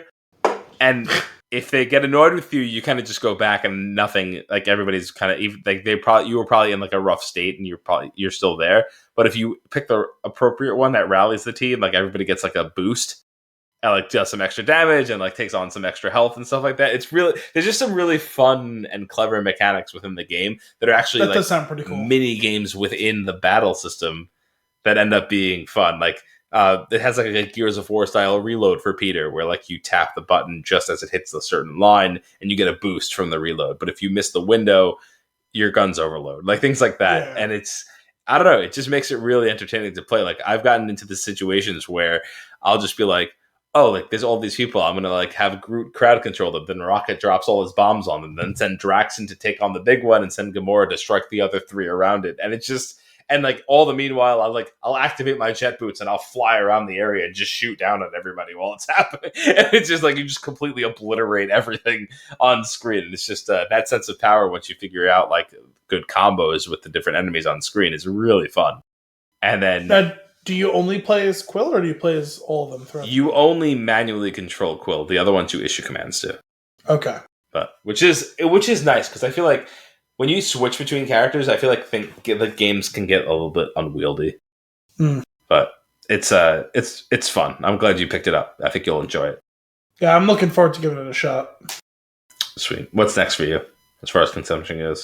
I think that's all the big stuff. I did finish Moon Knight. I know you said you didn't get around to finishing it up yet. It was pretty good, pretty solid show. I'd say probably ranks in the middle of the pack of all the shows. I never got around to watching Hawkeye, but it's definitely better than Captain America and the Winter Soldier. I would say the baseline quality of this was maybe a bit higher, like consistently higher than WandaVision, but some of the highs of WandaVision definitely outstripped it. Loki obviously is the standard bearer so far. Yeah, so like Loki, Wanda, this. Yeah, I would say that's probably about right. Maybe that's where that was my assessment so far with what I've seen. I would say that outside of Loki, because it's probably not super fair to compare to a show that had a long established character like that. This has probably been the best performance. Oscar Isaac's performance in this has been really strong. Ethan Hawke was good. He has a ton of screen time, but he's on often enough. And the supporting cast is all pretty damn good too. Loki, obviously, I think really crushes it, and not just him. Obviously, I forget the name of the one who played variant Loki, and Owen Wilson and everyone else was great too. So that show really truly is the best of the shows so far, and I don't think it's particularly close. And I really liked the dual leads in WandaVision, but this show, obviously having Oscar Isaac playing two leads and then having other stuff going on, and this is it was a different story than those. It's very standalone. There's one or two references to the larger MCU, but really, by and large, this kind of is on its own, which I'm curious. I don't want to go too far into that until you finish watching it, but sure. I'm curious how far at arm's length it keeps everything else, and how that manifests going forward and other things later on. Well, they've kind of... something I've been curious about with the MCU, with the introduction of the Eternals and even this, it's starting to branch out into other areas that I'm a little bit worried about how you keep it all together when you start to it was already a little bit difficult to wrap your head around, in my opinion, Thor and the realms, right? Mm-hmm. In association with everything else that's taking place on Earth for the most part, and then all the other stuff that's taking on in space, but within the same universe, and the realms seeming separate from that, and now you're talking about multiverse separate from that, and now you're talking about Eternals and gods and things like that are another branch of it. That all of it together, it's hard to kind of consider it all at once. I've always been a little bit confused about the differentiation between realms and outer space as well. It almost seems like they're used interchangeably at times. Mm-hmm. The multiverse thing actually feels very different because it exists wholly outside of it. It's really the placement of these realms. What are they? Where are they? Because those almost felt like different dimensions, but in this case, it's clearly something that's halfway between those things.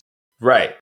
Which I don't understand it specifically. So I guess to me, the way I'm choosing to rationalize this now that I'm really trying to commit myself to picking a way to define this now, it feels like the realms thing are pocket universes, whereas the multiverse is wholly separate universes. Sure. These basically the realms are pocket universes that exist within this space-time continuum. Yeah, it's almost the realm is okay.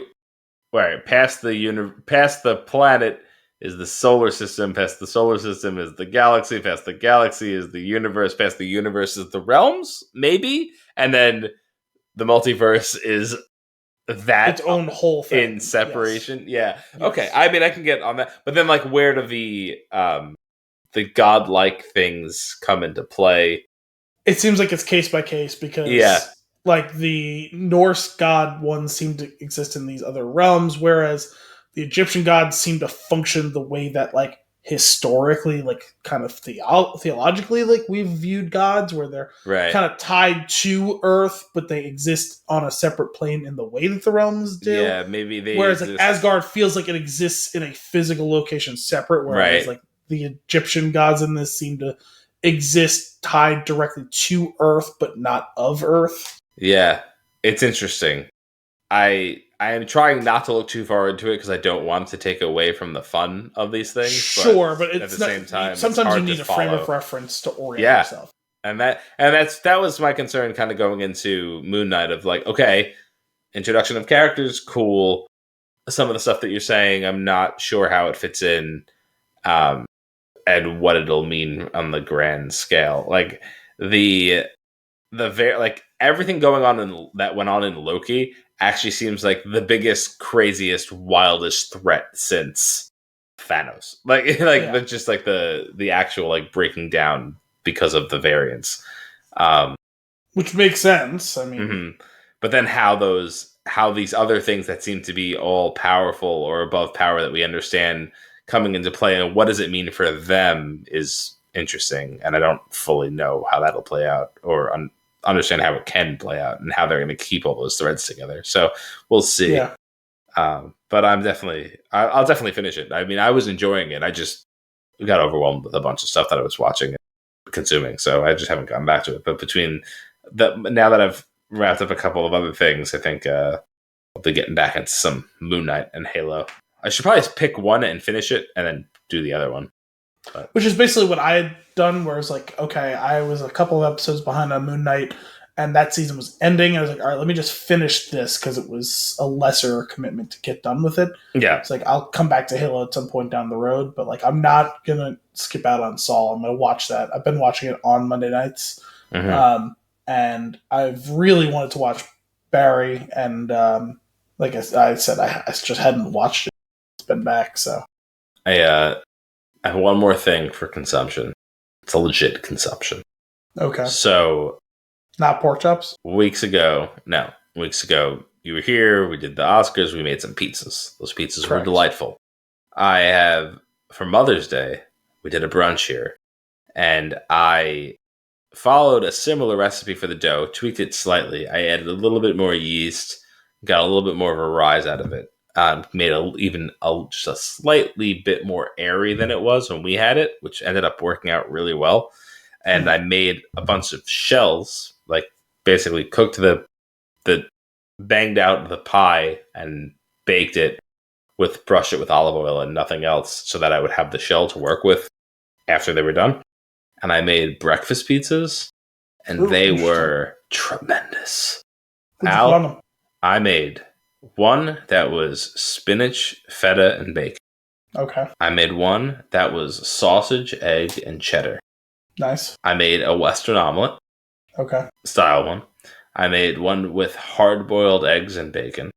Okay. And I made one that was cream cheese and lox. That one I can do without. And that one was pretty bonkers. But they were all, Al, I love pizza. I love pizza. And the breakfast pizza is... no exception. Fantastic. What is it about feta and spinach? Because tonight for dinner I had chicken that was like sliced chicken breast wrapped around spinach and feta cheese. It's just, I don't know, it just goes so good together. Like pork and applesauce. Like, they're far better than pork and applesauce. like lamb and tuna fish. Lamb and tuna fish. Oh, man. Is that it for your consumption? Yeah, that's all the major stuff I have as well. I dare say we have no time for fun and games this week. Not tonight. So I think with that, it is time for our flick of the week. Dirty Rotten Scoundrels, released in 1988, rated PG, interesting, with an hour and 50-minute runtime. Your IMDb synopsis: two con men try to settle their rivalry by betting on who can swindle a young American heiress out of $50,000 first. Yeah. Pretty spot on. Al, what is your hot take? A throwback comedy of the highest order. Laughs and heart and a solid hang all around. Kane and Martin are as unlikely a comedy duo as you can find and do not disappoint. 9 out of 10. Nice. As with many comedies, some bits don't hold up. Even so, Dirty Rotten Scoundrels is the perfect embodiment of a lost genre. 7 out of 10. I definitely I've never seen this one before. Super entertaining. Yes. I will say it's a little bit of a phenomenon related to movies of the time. Man, bad trailers. The trailers are not good for movies from that time frame.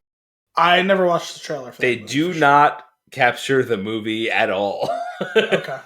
It's like they capture, it's almost like too spot on of like what the plot points are, where it's like, okay, but why, like, great. and not good enough, like capturing the tone. Yeah, exactly. And this was really fun. Like there's definitely like certain bits of it, like certain shticks that they do that I really enjoyed. One in particular is like a reoccurring thing in the early moments of the movie where like you tell a secret to a woman, so you grab her by the shoulders and you put her in front of a bush. And like you like hide her in the bush as you're telling her the secret, and this happens like 2 or 3 times in a row, and I'm like, I don't even know what they're talking about anymore because I'm completely captivated by the ridiculousness of the message delivery. And I was like, I just want to tell Kim his secret and like stand her next to one of the houseplants.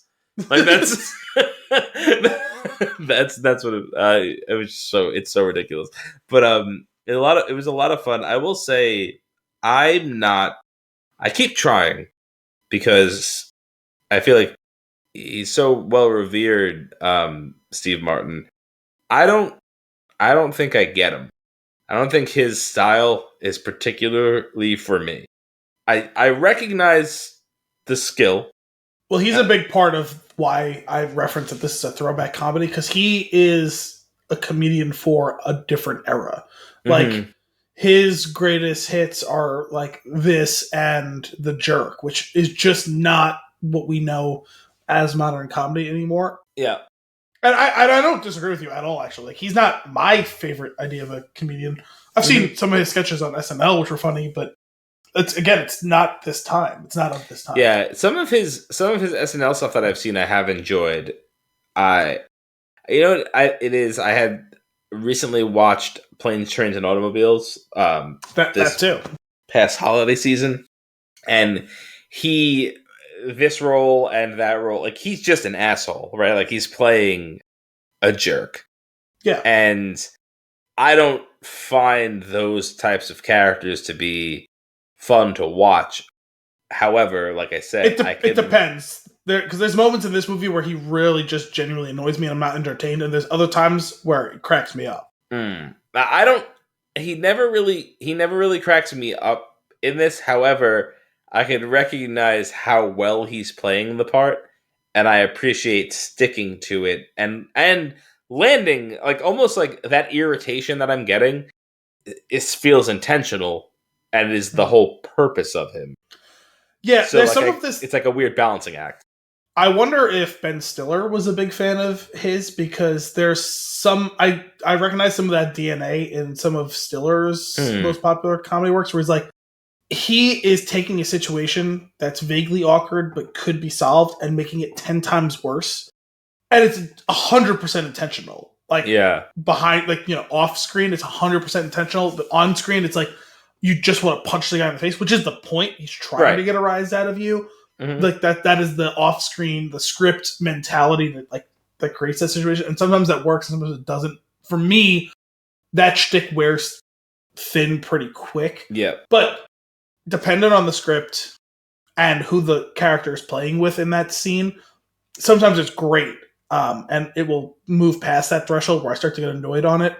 But like, I'll highlight some examples in this one. When like a lot of the stuff when he's first introduced and you're just supposed to hate the guy, I just hate the guy and I'm not entertained. Like when he's like got his sob story in the train and he bilks that woman for a free meal. Yeah. Not entertaining, not clever, not interesting. Yeah. But then when he starts to train under Michael Caine's character and he's like, okay, so what am I, when they do their first scam and he gets paid out and he's like, I didn't get anything. He goes, you're getting paid in experience. He goes, what? Come on, there's got to be something about all this. He goes, fine. And he says, what can I spend my money on or whatever? And he goes, then he starts showing him, he shows him the wine collection of the ancient wines that he's got. He goes, oh, wow. He goes, so you drink all this? He goes, oh, no, I would never drink them. He goes, he shows him the gardens, and he goes, this garden was on the brink of death, and under my stewardship, it's become this beautiful. He goes, so what's the angle? He goes, there is no angle, just, whatever. He goes, and then he takes him to the art museum, and he's showing it all, and he sees the sculpture, and it's the naked woman, and he goes, so I have wine that I can't drink, gardens that I can't touch, and while I can appreciate that is a statue of a naked woman, are you kidding me? Like that whole thing where it's like, you just hate him because he's such a sleaze. Yeah. But that whole shtick, the way they set it up and then knock it down, because as much as he's being an asshole, you can actually kind of sympathize with him too, where it's like, No, he's gone through the motions. Yes, he struggled and he's chafed at this is a guy who's not used to dealing with authority and all that stuff, and he's meant to be obnoxious and annoying. But on the other hand, it's like, no, he has followed all the rules, and you're not giving the carrot and the stick here. You're just giving him the stick, essentially. Yeah. Because even then, you'll get the money down the line, but now he's not even allowed to spend the money unless you give him the okay to how to spend the money. Like, there is a bridge too far there. Sure. And the way he chooses to deliver that message kind of cracks me up. Yeah, that's fair. That's kind of funny. I will say the stuff that he does that does land for me is the physical comedy. I think yes, when he casts off the asshole mentality and he turns everything to 11. That totally cracks me up. That middle sequence of the movie cracks me up. When he's in the wheelchair and when he's rolling, they're dancing. That was funny. When he's the runaway wheelchair down the stairs of the that was pretty good. But the one that really gets me is when they when Michael Caine and Headley they go up the stairs, and he's like he can do it. He has to get over it. But when they finally show Steve Martin is up the stairs, but he it looks as if he has crawled his way all the way up, and he's just holding on to the door knobs. And that really got me. Just that whole bit, and that type of stuff I find so funny. I'd love to come up there with you. Well, go ahead. What's stopping you? Yeah. and those scenes are especially funny because it's like, you know what's going on, but watching her face in the background where it's like, oh my god, if I didn't know what was going on here, I'm like, I would sock that guy. Yeah. I don't care how good of a doctor you are. I would punch you in the face. Well, also, I do think that is very subtle foreshadowing, and also, I love a good miscommunication shtick, which is a miscommunication shtick, which is on the opposite end of these two people have something going on that the third person doesn't see. Yeah. So when Michael Caine's being a total dick to Steve Martin at the club, dancing with his woman, while the two sailors are seeing their brother in a wheelchair, and he comes up to him and they can hear, "Wouldn't you like to dance with her?" And he then turns and starts dancing with her, and he's making out with her. I just love that the build-up in that scene is so Steve Martin is pretending to be in a wheelchair, and Michael Caine is pretending to be this psychiatrist that can cure Steve Martin of his ailment, which is psychological because he can walk. The best part about it, right, is he presents initially as a wheelchair-bound veteran of war, but his being bound to the wheelchair has nothing to do with his service, and has everything to do with this. And this is kind of a Ben Stiller thing, where it's like the most absurd, over-the-top lie that has all of these ridiculous details about going on American Bandstand and the love of his life, dancing with the guy hosting the show, and then they're screwing on the dance floor, and he witnesses it, and then it causes a mental breakdown that's created his paralysis. Not a fake war veteran, just a guy who happened to be a veteran and also is paralyzed, totally unrelated. Oh my god, it's that whole thing is so silly. And but what I love about that scene is the two sailors behind him are so. They have an opinion of what's going on, and they're in a third of the frame, yet their facial expressions and their communication between each other without actually vocalizing to the audience, because you can't hear what they're saying or thinking or doing, but you can see how irritated they're getting, and you understand, why, you connect the dots instantaneously as to why, and you're like, this is really funny. I bet this is about to play out into something, and sure enough, it does. And the way that all plays out, the whole movie going from just with somebody thinking they have the upper hand, but the other person actually has it, that whole bit. That continual cascading of I've outdone you, but no, you haven't. I've outdone you, but no, you haven't. I've outdone you. It's so they can continue to pivot over and over again. I love Michael that. Caine pulling out the fucking the badge to show his service, and that's why the sailors don't actually throw him into a box to go to Timbuktu or wherever the fuck it was going to go. So great, yeah, and it's just it's so funny because you know what I like about that too is like believable in the context of what's going on, but no hints that could be the reason, right? So it's a pure. The first time you watch it, it is pure shock. It's a good surprise. Yeah. You think he's dead to rights? Oh, he's got he overcame it because of this thing that is actually feasible for the context of the character and everything. It's not like it just we just did it for the sake of plot. Like it makes sense that he may actually be like have that, right? Like he may actually because you know nothing of his life prior to being the scam artist, and right? It's like like his age fits with like that could well have been his backstory, right? Right. I also to stick on that scene of them at the club where he's dancing with the girl. So we're talking about Michael Caine is dancing with Headley. Glenn Headley. While Steve Martin is wheelchair bound, clearly infatuated with her, but can't get out of the wheelchair because of this quote unquote psychological break he's had. These two sailors are watching this, thinking that his actual doctor has stolen his actual girl and is taunting him on the dance floor just out of reach because he can't walk. Yeah. And that is probably one of the best scenes, although one of only a few, which actually I think the best part of Steve Martin in this whole movie is actually his facial acting. Because he makes some of the funniest faces in this movie. And when the two sailors get his attention to ask if he wants their help with punishing Michael Caine for being an absolute prick from their eyes. Yep. And he starts telling the whole story about, I wouldn't feel so bad, but she used to be my girl, and all of this. And he's like, I just feel like if I could get her out of the way, I'd have a chance. And this face he's making, while he has his back to them, and he keeps turning to look over his shoulder to talk to them. And when they say, hey, would you like us to, there's this ship on it or a plane or whatever on its way out to Timbuktu, tomorrow, would you like your buddy to be on it? And he just turns and looks over his shoulder and he has these puppy dog eyes. And they nod at him and he nods. And he turns back and the shit-eating grin on his face that they can't see. Yeah. And that's not the only one. Like all the faces he makes as Ruprecht cracked me up when they're at the dinner and he's wearing the eye patch. Sir, would you like to take the cork off the fork? Or no, he's saying, Sir, Ruprecht, leave the cork on the fork. Why is the cork on the fork? To prevent him from hurting himself as he absentmindedly pokes himself in the eye where the eye patch was.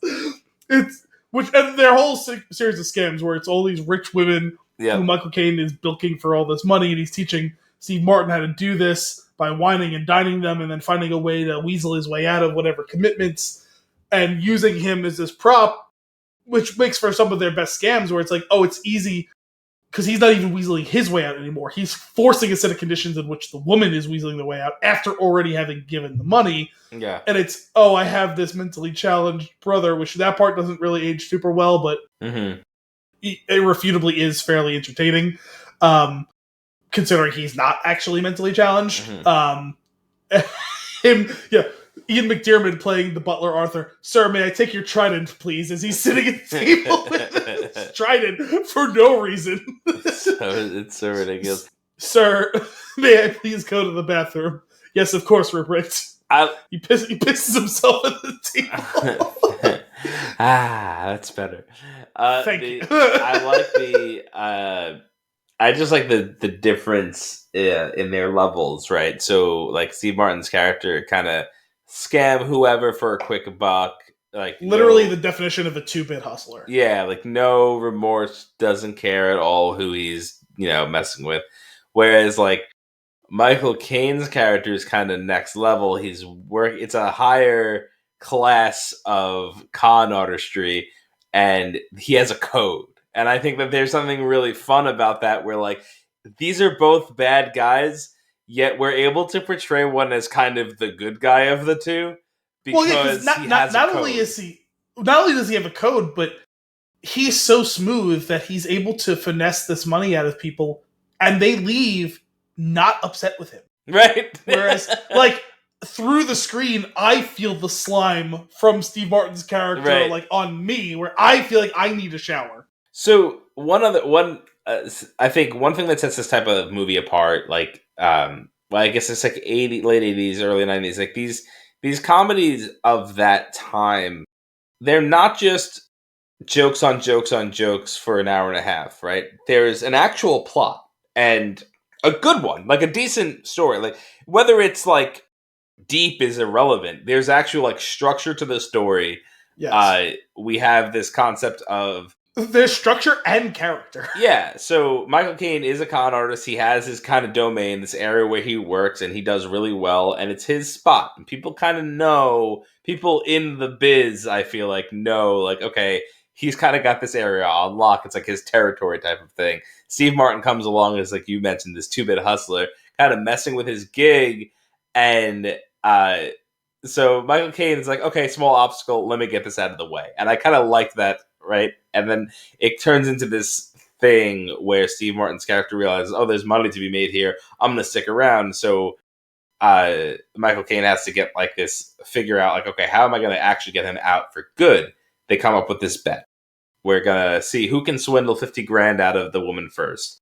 I was certain for so long after that scene that Michael Caine was in cahoots with Headley. Really? I thought that the way that the timing is of, well, who are we going to swindle? And like the crashing sound in the other room. It was too perfectly timed. Yes. It was really well timed. And also like Michael Caine clearly plans these things out over long periods of time. Like he's on his home turf. He's on his home turf. He's got the police inspector is on his payroll. The hotel staff, everyone in the town knows him because he's a long venerated member of their society.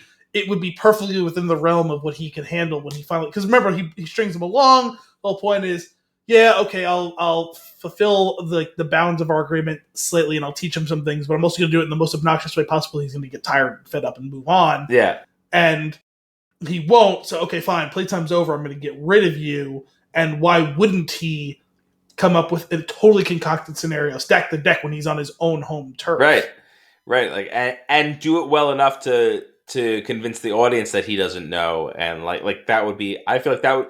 And if they did that, great. But instead, they take it a step further in a really awesome way. Where like from that point forward, 80% of the time, I'm still in the back of my mind like, okay, he has constructed this. Yeah, they're playing a good part. It's Michael Caine's got it on lock, though. He's planned it all out. Okay. Towards the end of it, I'm like, oh shit. What if Steve Martin planted her and they're working together at this next level? And then student becomes the master situation. Right, which would make total sense. But no. Especially since him and Glenn Headley are both Americans. Right. That's absolutely where towards the as it was coming closing in, I was like, okay, maybe this is what's happening. Then no, both of those things. The first one, obvious. The second one, good twist. But what they actually do, great twist. Of Glenn Headley. I would say going back and again, reinforcing the point you're making about how well written this movie is, where it's a legitimate script. They have left this trail of breadcrumbs throughout the movie that there is this other major swindler operating in Europe known as the Jackal. And then they introduce Steve Martin's character, who is a swindler. Yeah. And he assumes this is the Jackal. And it's like, okay, his station has been greatly exaggerated. And then to bring it home, as you were saying, for it to turn out the mega twist that, no, she's the Jackal and she's played these other two quote-unquote masters like a fucking fiddle. Yeah. That was such a great reveal. And also the characters sticking to who they are the whole way through. Like Steve Martin's so pissed when he finds out in this way that and he is playing a type of person that I absolutely hate, which is a person that feels like they are in the right and they're just not. And they're so obviously not how could you do this to me type of thing. It's like, no, idiot. You're a swindler. It's the cheater who accuses their partner of cheating. Exactly. It's the swindler who's upset because they've been swindled. It's a character in person that I absolutely hate. So it definitely irritates me, but I also think it was, it's well constructed in the context of the movie. Oh, it's 100% in keeping with his character. Yeah. Of course, the movie. And then Michael Caine's character being like, almost like, oh my god, I'm in love. Like, she got me. Yeah. The understatement, it's game respects game. Yeah. It's like you beat me at my own game. I will literally tip my cap to you. I loved that. And then to follow it up with her bringing all of these tourists to his land with like a scheme 2 days later that she's concocted. And I love I love watching. You see the gears turning in Michael Caine's head as she reemerges out of nowhere with this whole group of people with this ridiculous accent that she didn't have before. And so you're like teed up to understand, okay, she's doing something, but she's bringing them in front of Michael Caine and Steve Martin. And again, like you had said, game respects game. She also realized, like, oh, he's good. We could be great. And it's also meant to be conciliatory, like, hey guys, I really took you for a ride. This is me extending the olive branch. Right. Also, and like that, it was like kind of just fun for her. It wasn't like she needed to do it. She just enjoyed it. Like that. Oh yeah, that was kind of cool. But the gears turning in Michael Caine's head, and then in character, Australian accent. Oh, it was good. It was so good. I loved it. That was a great way to end it. And then also like Steve Martin still whining like the whole time. It's like, oh, he's a mute. Because we just can't deal with him right now. He gets clowned the whole movie along, right? Because tragically he's a mute, and she covers his face so he can't talk. That was great. Iconic soundtrack every time. Anytime one of like the big moments comes up, that fucking that flourish of music. Anytime anything big happens, like which is how they send it off. Mm-hmm. I always love that music. I will find myself humming or whistling that occasionally, especially if I've seen the movie recently. Sure. The three of them had tremendous interactions, despite being all over with the character. She's playing this like seemingly super naive and almost like bimbo-y, like soap queen, but no, she's not actually. She's just this regular woman, and she's kind-hearted, but really she's a fucking cold-blooded killer, like swindler. And you have Michael Caine, who is a swindler, but he thinks he's above it all, and then he's playing this prick German doctor or whatever he is, and then you have Steve Martin, who is an absolute son of a bitch, who is pretending to be this tragic woe is me war hero who's like the sad sack, and he's trying to get his confidence back, but like, he just keeps getting clowned over and over again. He's got to sit there and take it, because otherwise it's going to ruin that character. Yeah. And just the three of them playing off of that all the time. The voice he puts on whenever he's trying to do a sob story to her cracks me up. Mm-hmm. And I'm just afraid that no one's ever going to love me again. Yeah. I just love like the level to like that Glenn Headley's like a master at her craft. In that, in hindsight, you could see how she played them both throughout every step of it, right? Where it's obvious like both her and Michael Caine are able to play Steve Martin's character because he's an idiot. So like they're like, okay, child in our business, like we can deal with you on any number of levels.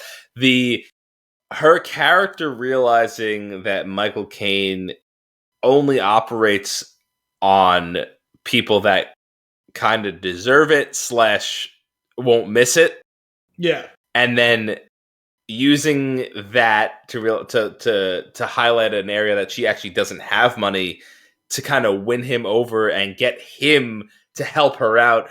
Like, it's just a master plan. Like, it's awesome. And I just love the way that all plays out, and that you don't really know any of that until the end. And until it's actually like revealed to you. And I really appreciate that. Like I love a movie that can hint subtly at something, right, along the way. I don't think that there are subtle hints about this. It's more of like hint. A post reveal.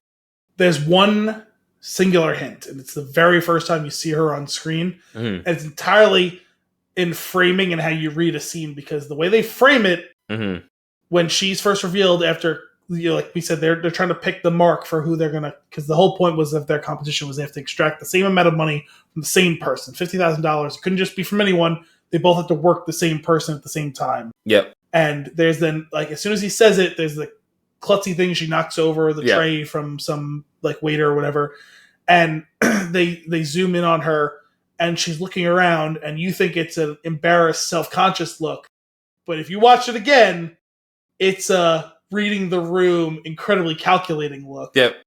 That's the only hint you get in the whole movie, and the only one that you recognize in retrospect, which is great. And like I like there's just like an artistry there, like in filmmaking, and like we talked a little bit about it with Better Call Saul, of like you can put these things in play and they mean nothing until you have the whole picture. Like you can't. I don't think that you watch that as anyone the first time through and make that connection that that's what's going on. But in hindsight, is a little treat for you when you rewatch it. I love that. I think that that's a really it's just a really great way to execute a twist. And a comedy movie with such a silly nonsense plot has no right being this complex in its storytelling. It's incredibly silly, and like you said, it's not super deep, it's not super shallow either, but the premise is fairly straightforward. But the way it's plotted and scripted out, and the depth of character that you get is well above, but like you said earlier, it's of that time. Like back then, a movie like this, a comedy, like it had to stand on incredibly strong script, especially when it's rated PG, like because they don't go with super vulgar jokes. You know, this isn't like a shock value. This isn't The Hangover. This isn't Step Brothers. This isn't Superbad. This is a relic of a different time, which is the point I was making about it being in my tweet length review about it being a throwback, because they don't make, for better or worse, they don't make movies like this anymore. No. And like there's for some of the better is the incredible, like I said, the cleverness of the script. The downside is it's been a long time since I've seen the actual opening of the movie, because it's on TV, I'll throw it on. I always seem to catch it from roughly the time where Michael Caine bails him out of jail and he starts under his tutelage. And so I forgot, like I remember the broad details of the beginning of the movie, but I forgot how long it takes to get to that point. It's like, oh, that didn't age super well. The pacing of that would never be allowed to stand on a comedy anymore.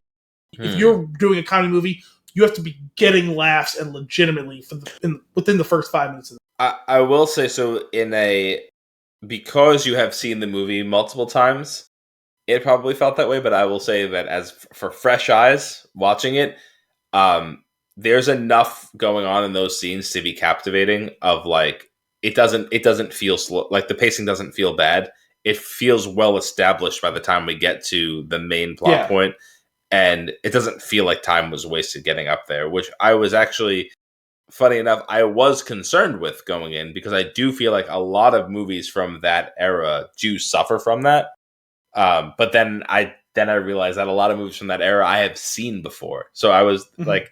It's rare that I'm watching one for the first time, and I think from that perspective, I actually do think that it was fine. It didn't bother me at all. So it's definitely not egregious. It's not that it drags. It's just to me, I just like it's still interesting. It's compelling stuff. It's just I was surprised. I was like, wow. It takes like a long time to get to the actual legitimate comedy of it.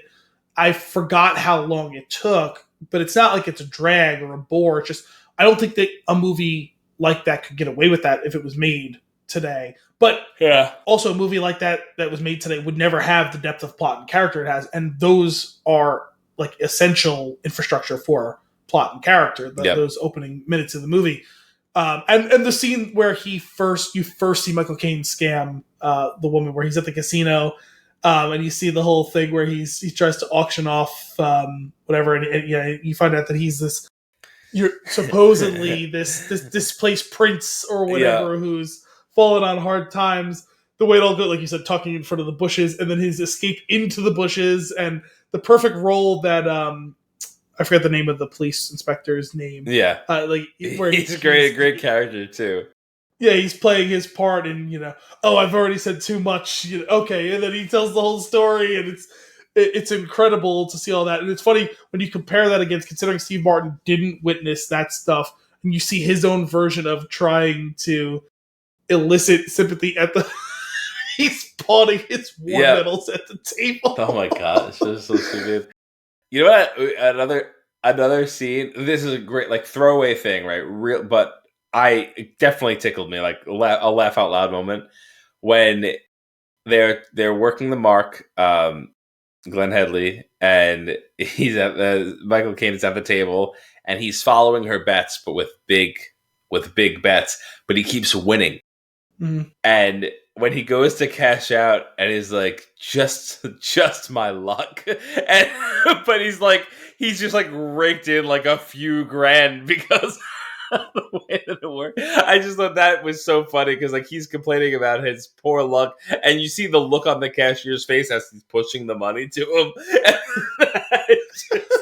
I just thought that was so good. Man, so funny. But I definitely appreciate the recommendation on this one. That was it was a lot of fun. I know, because I know this is a movie I've talked about a bunch of times in the past, and when I found out when you were over at Easter that you hadn't seen this, I couldn't believe it. I was like, no, we have to rectify this. Even if you don't end up loving it, it seems like you liked it, and I'll fully admit my grade is so high because I've seen this movie so many times. I'm sure nostalgia plays a certain. There's no question about that. I just genuinely love this movie. There's not really a single negative that I can find to this movie. I just may overplay some of the positives of it. Sure. I will say there's one other scene we didn't touch on, despite the fact that we touched on many things thematically that were very similar, that always genuinely cracks me up. And it's the scene when they first have breakfast after they're all staying there. And you have Ian McDiarmid, who we haven't mentioned yet, the Emperor, getting a little work from his buddy. That was so funny. And he comes, sir, there's a well, before that is I couldn't find Freddie, and is nothing to worry about. He goes, there was this note, and it's a suicide note. And right as they're reading the suicide note, you see him in the background. It's an incredibly well shot. All of it, the whole sequence is incredibly well shot. He's rolling himself down the path with a 1,000-yard stare. Yeah. And he does again the look over the shoulder to see if they're watching him. And he looks back. Just ignore him. We're having the time of our life. Let's laugh loud so he can hear it. As he just keeps rolling himself to the stairs that go down to the beach. Incredibly long staircase down to the beach. And then Arthur comes back out. There's a man trying to sell a satellite dish. He goes, what the bloody hell do I want a satellite dish for? And he walks back inside, and Steve Martin goes like, game on, or whatever it is. And he turns and looks at her again, and she looks at him, and he rolls himself down the staircase to kill himself. And she goes to chase him from 100 yards away. And they cut back to him because you hear him screaming and rattling, and you see him pushing the chair down the stairs and running as he's screaming. And again, throws it onto the beach. Yep. And starts crawling down the beach because now he's got to be back in character again. It was ridiculous. Very funny. Very funny. Any other closing thoughts on this one? No, I just love how much Arthur hates Steve Martin's Freddie. I love how much he hates him. He has a couple of snide under his breath comments to him, which because he's on screen a bunch, but he only has a handful of lines. Yep. But he does crack me up. I really did enjoy the montage where he's teaching him how to snip up the plants and the flour and create a boutonniere. He's teaching him how to toast with the champagne glass, and he can't get it. And this he's trying to lean against the pillar, and he slides down. He falls. He can't get his hand in the pocket. It's just the stupidest. A montage stupid shit is definitely a token from that era, and I love it. Putting on the Ritz the whole time. Yeah, so good. That was a fun time. Thank you for that one, Al. I'm glad you enjoyed it. Well, that's all for this week's episode of Flix in a Six. We hope you enjoyed it. As always, if you have a movie for us to review or nuggets for us to discuss, you can send those requests to flixinasix@thespintune.com. Tune in next week for more movie and beer goodness. Until then, I'm Anthony Costanzo. I'm Al Biolsi. Thanks for coming out.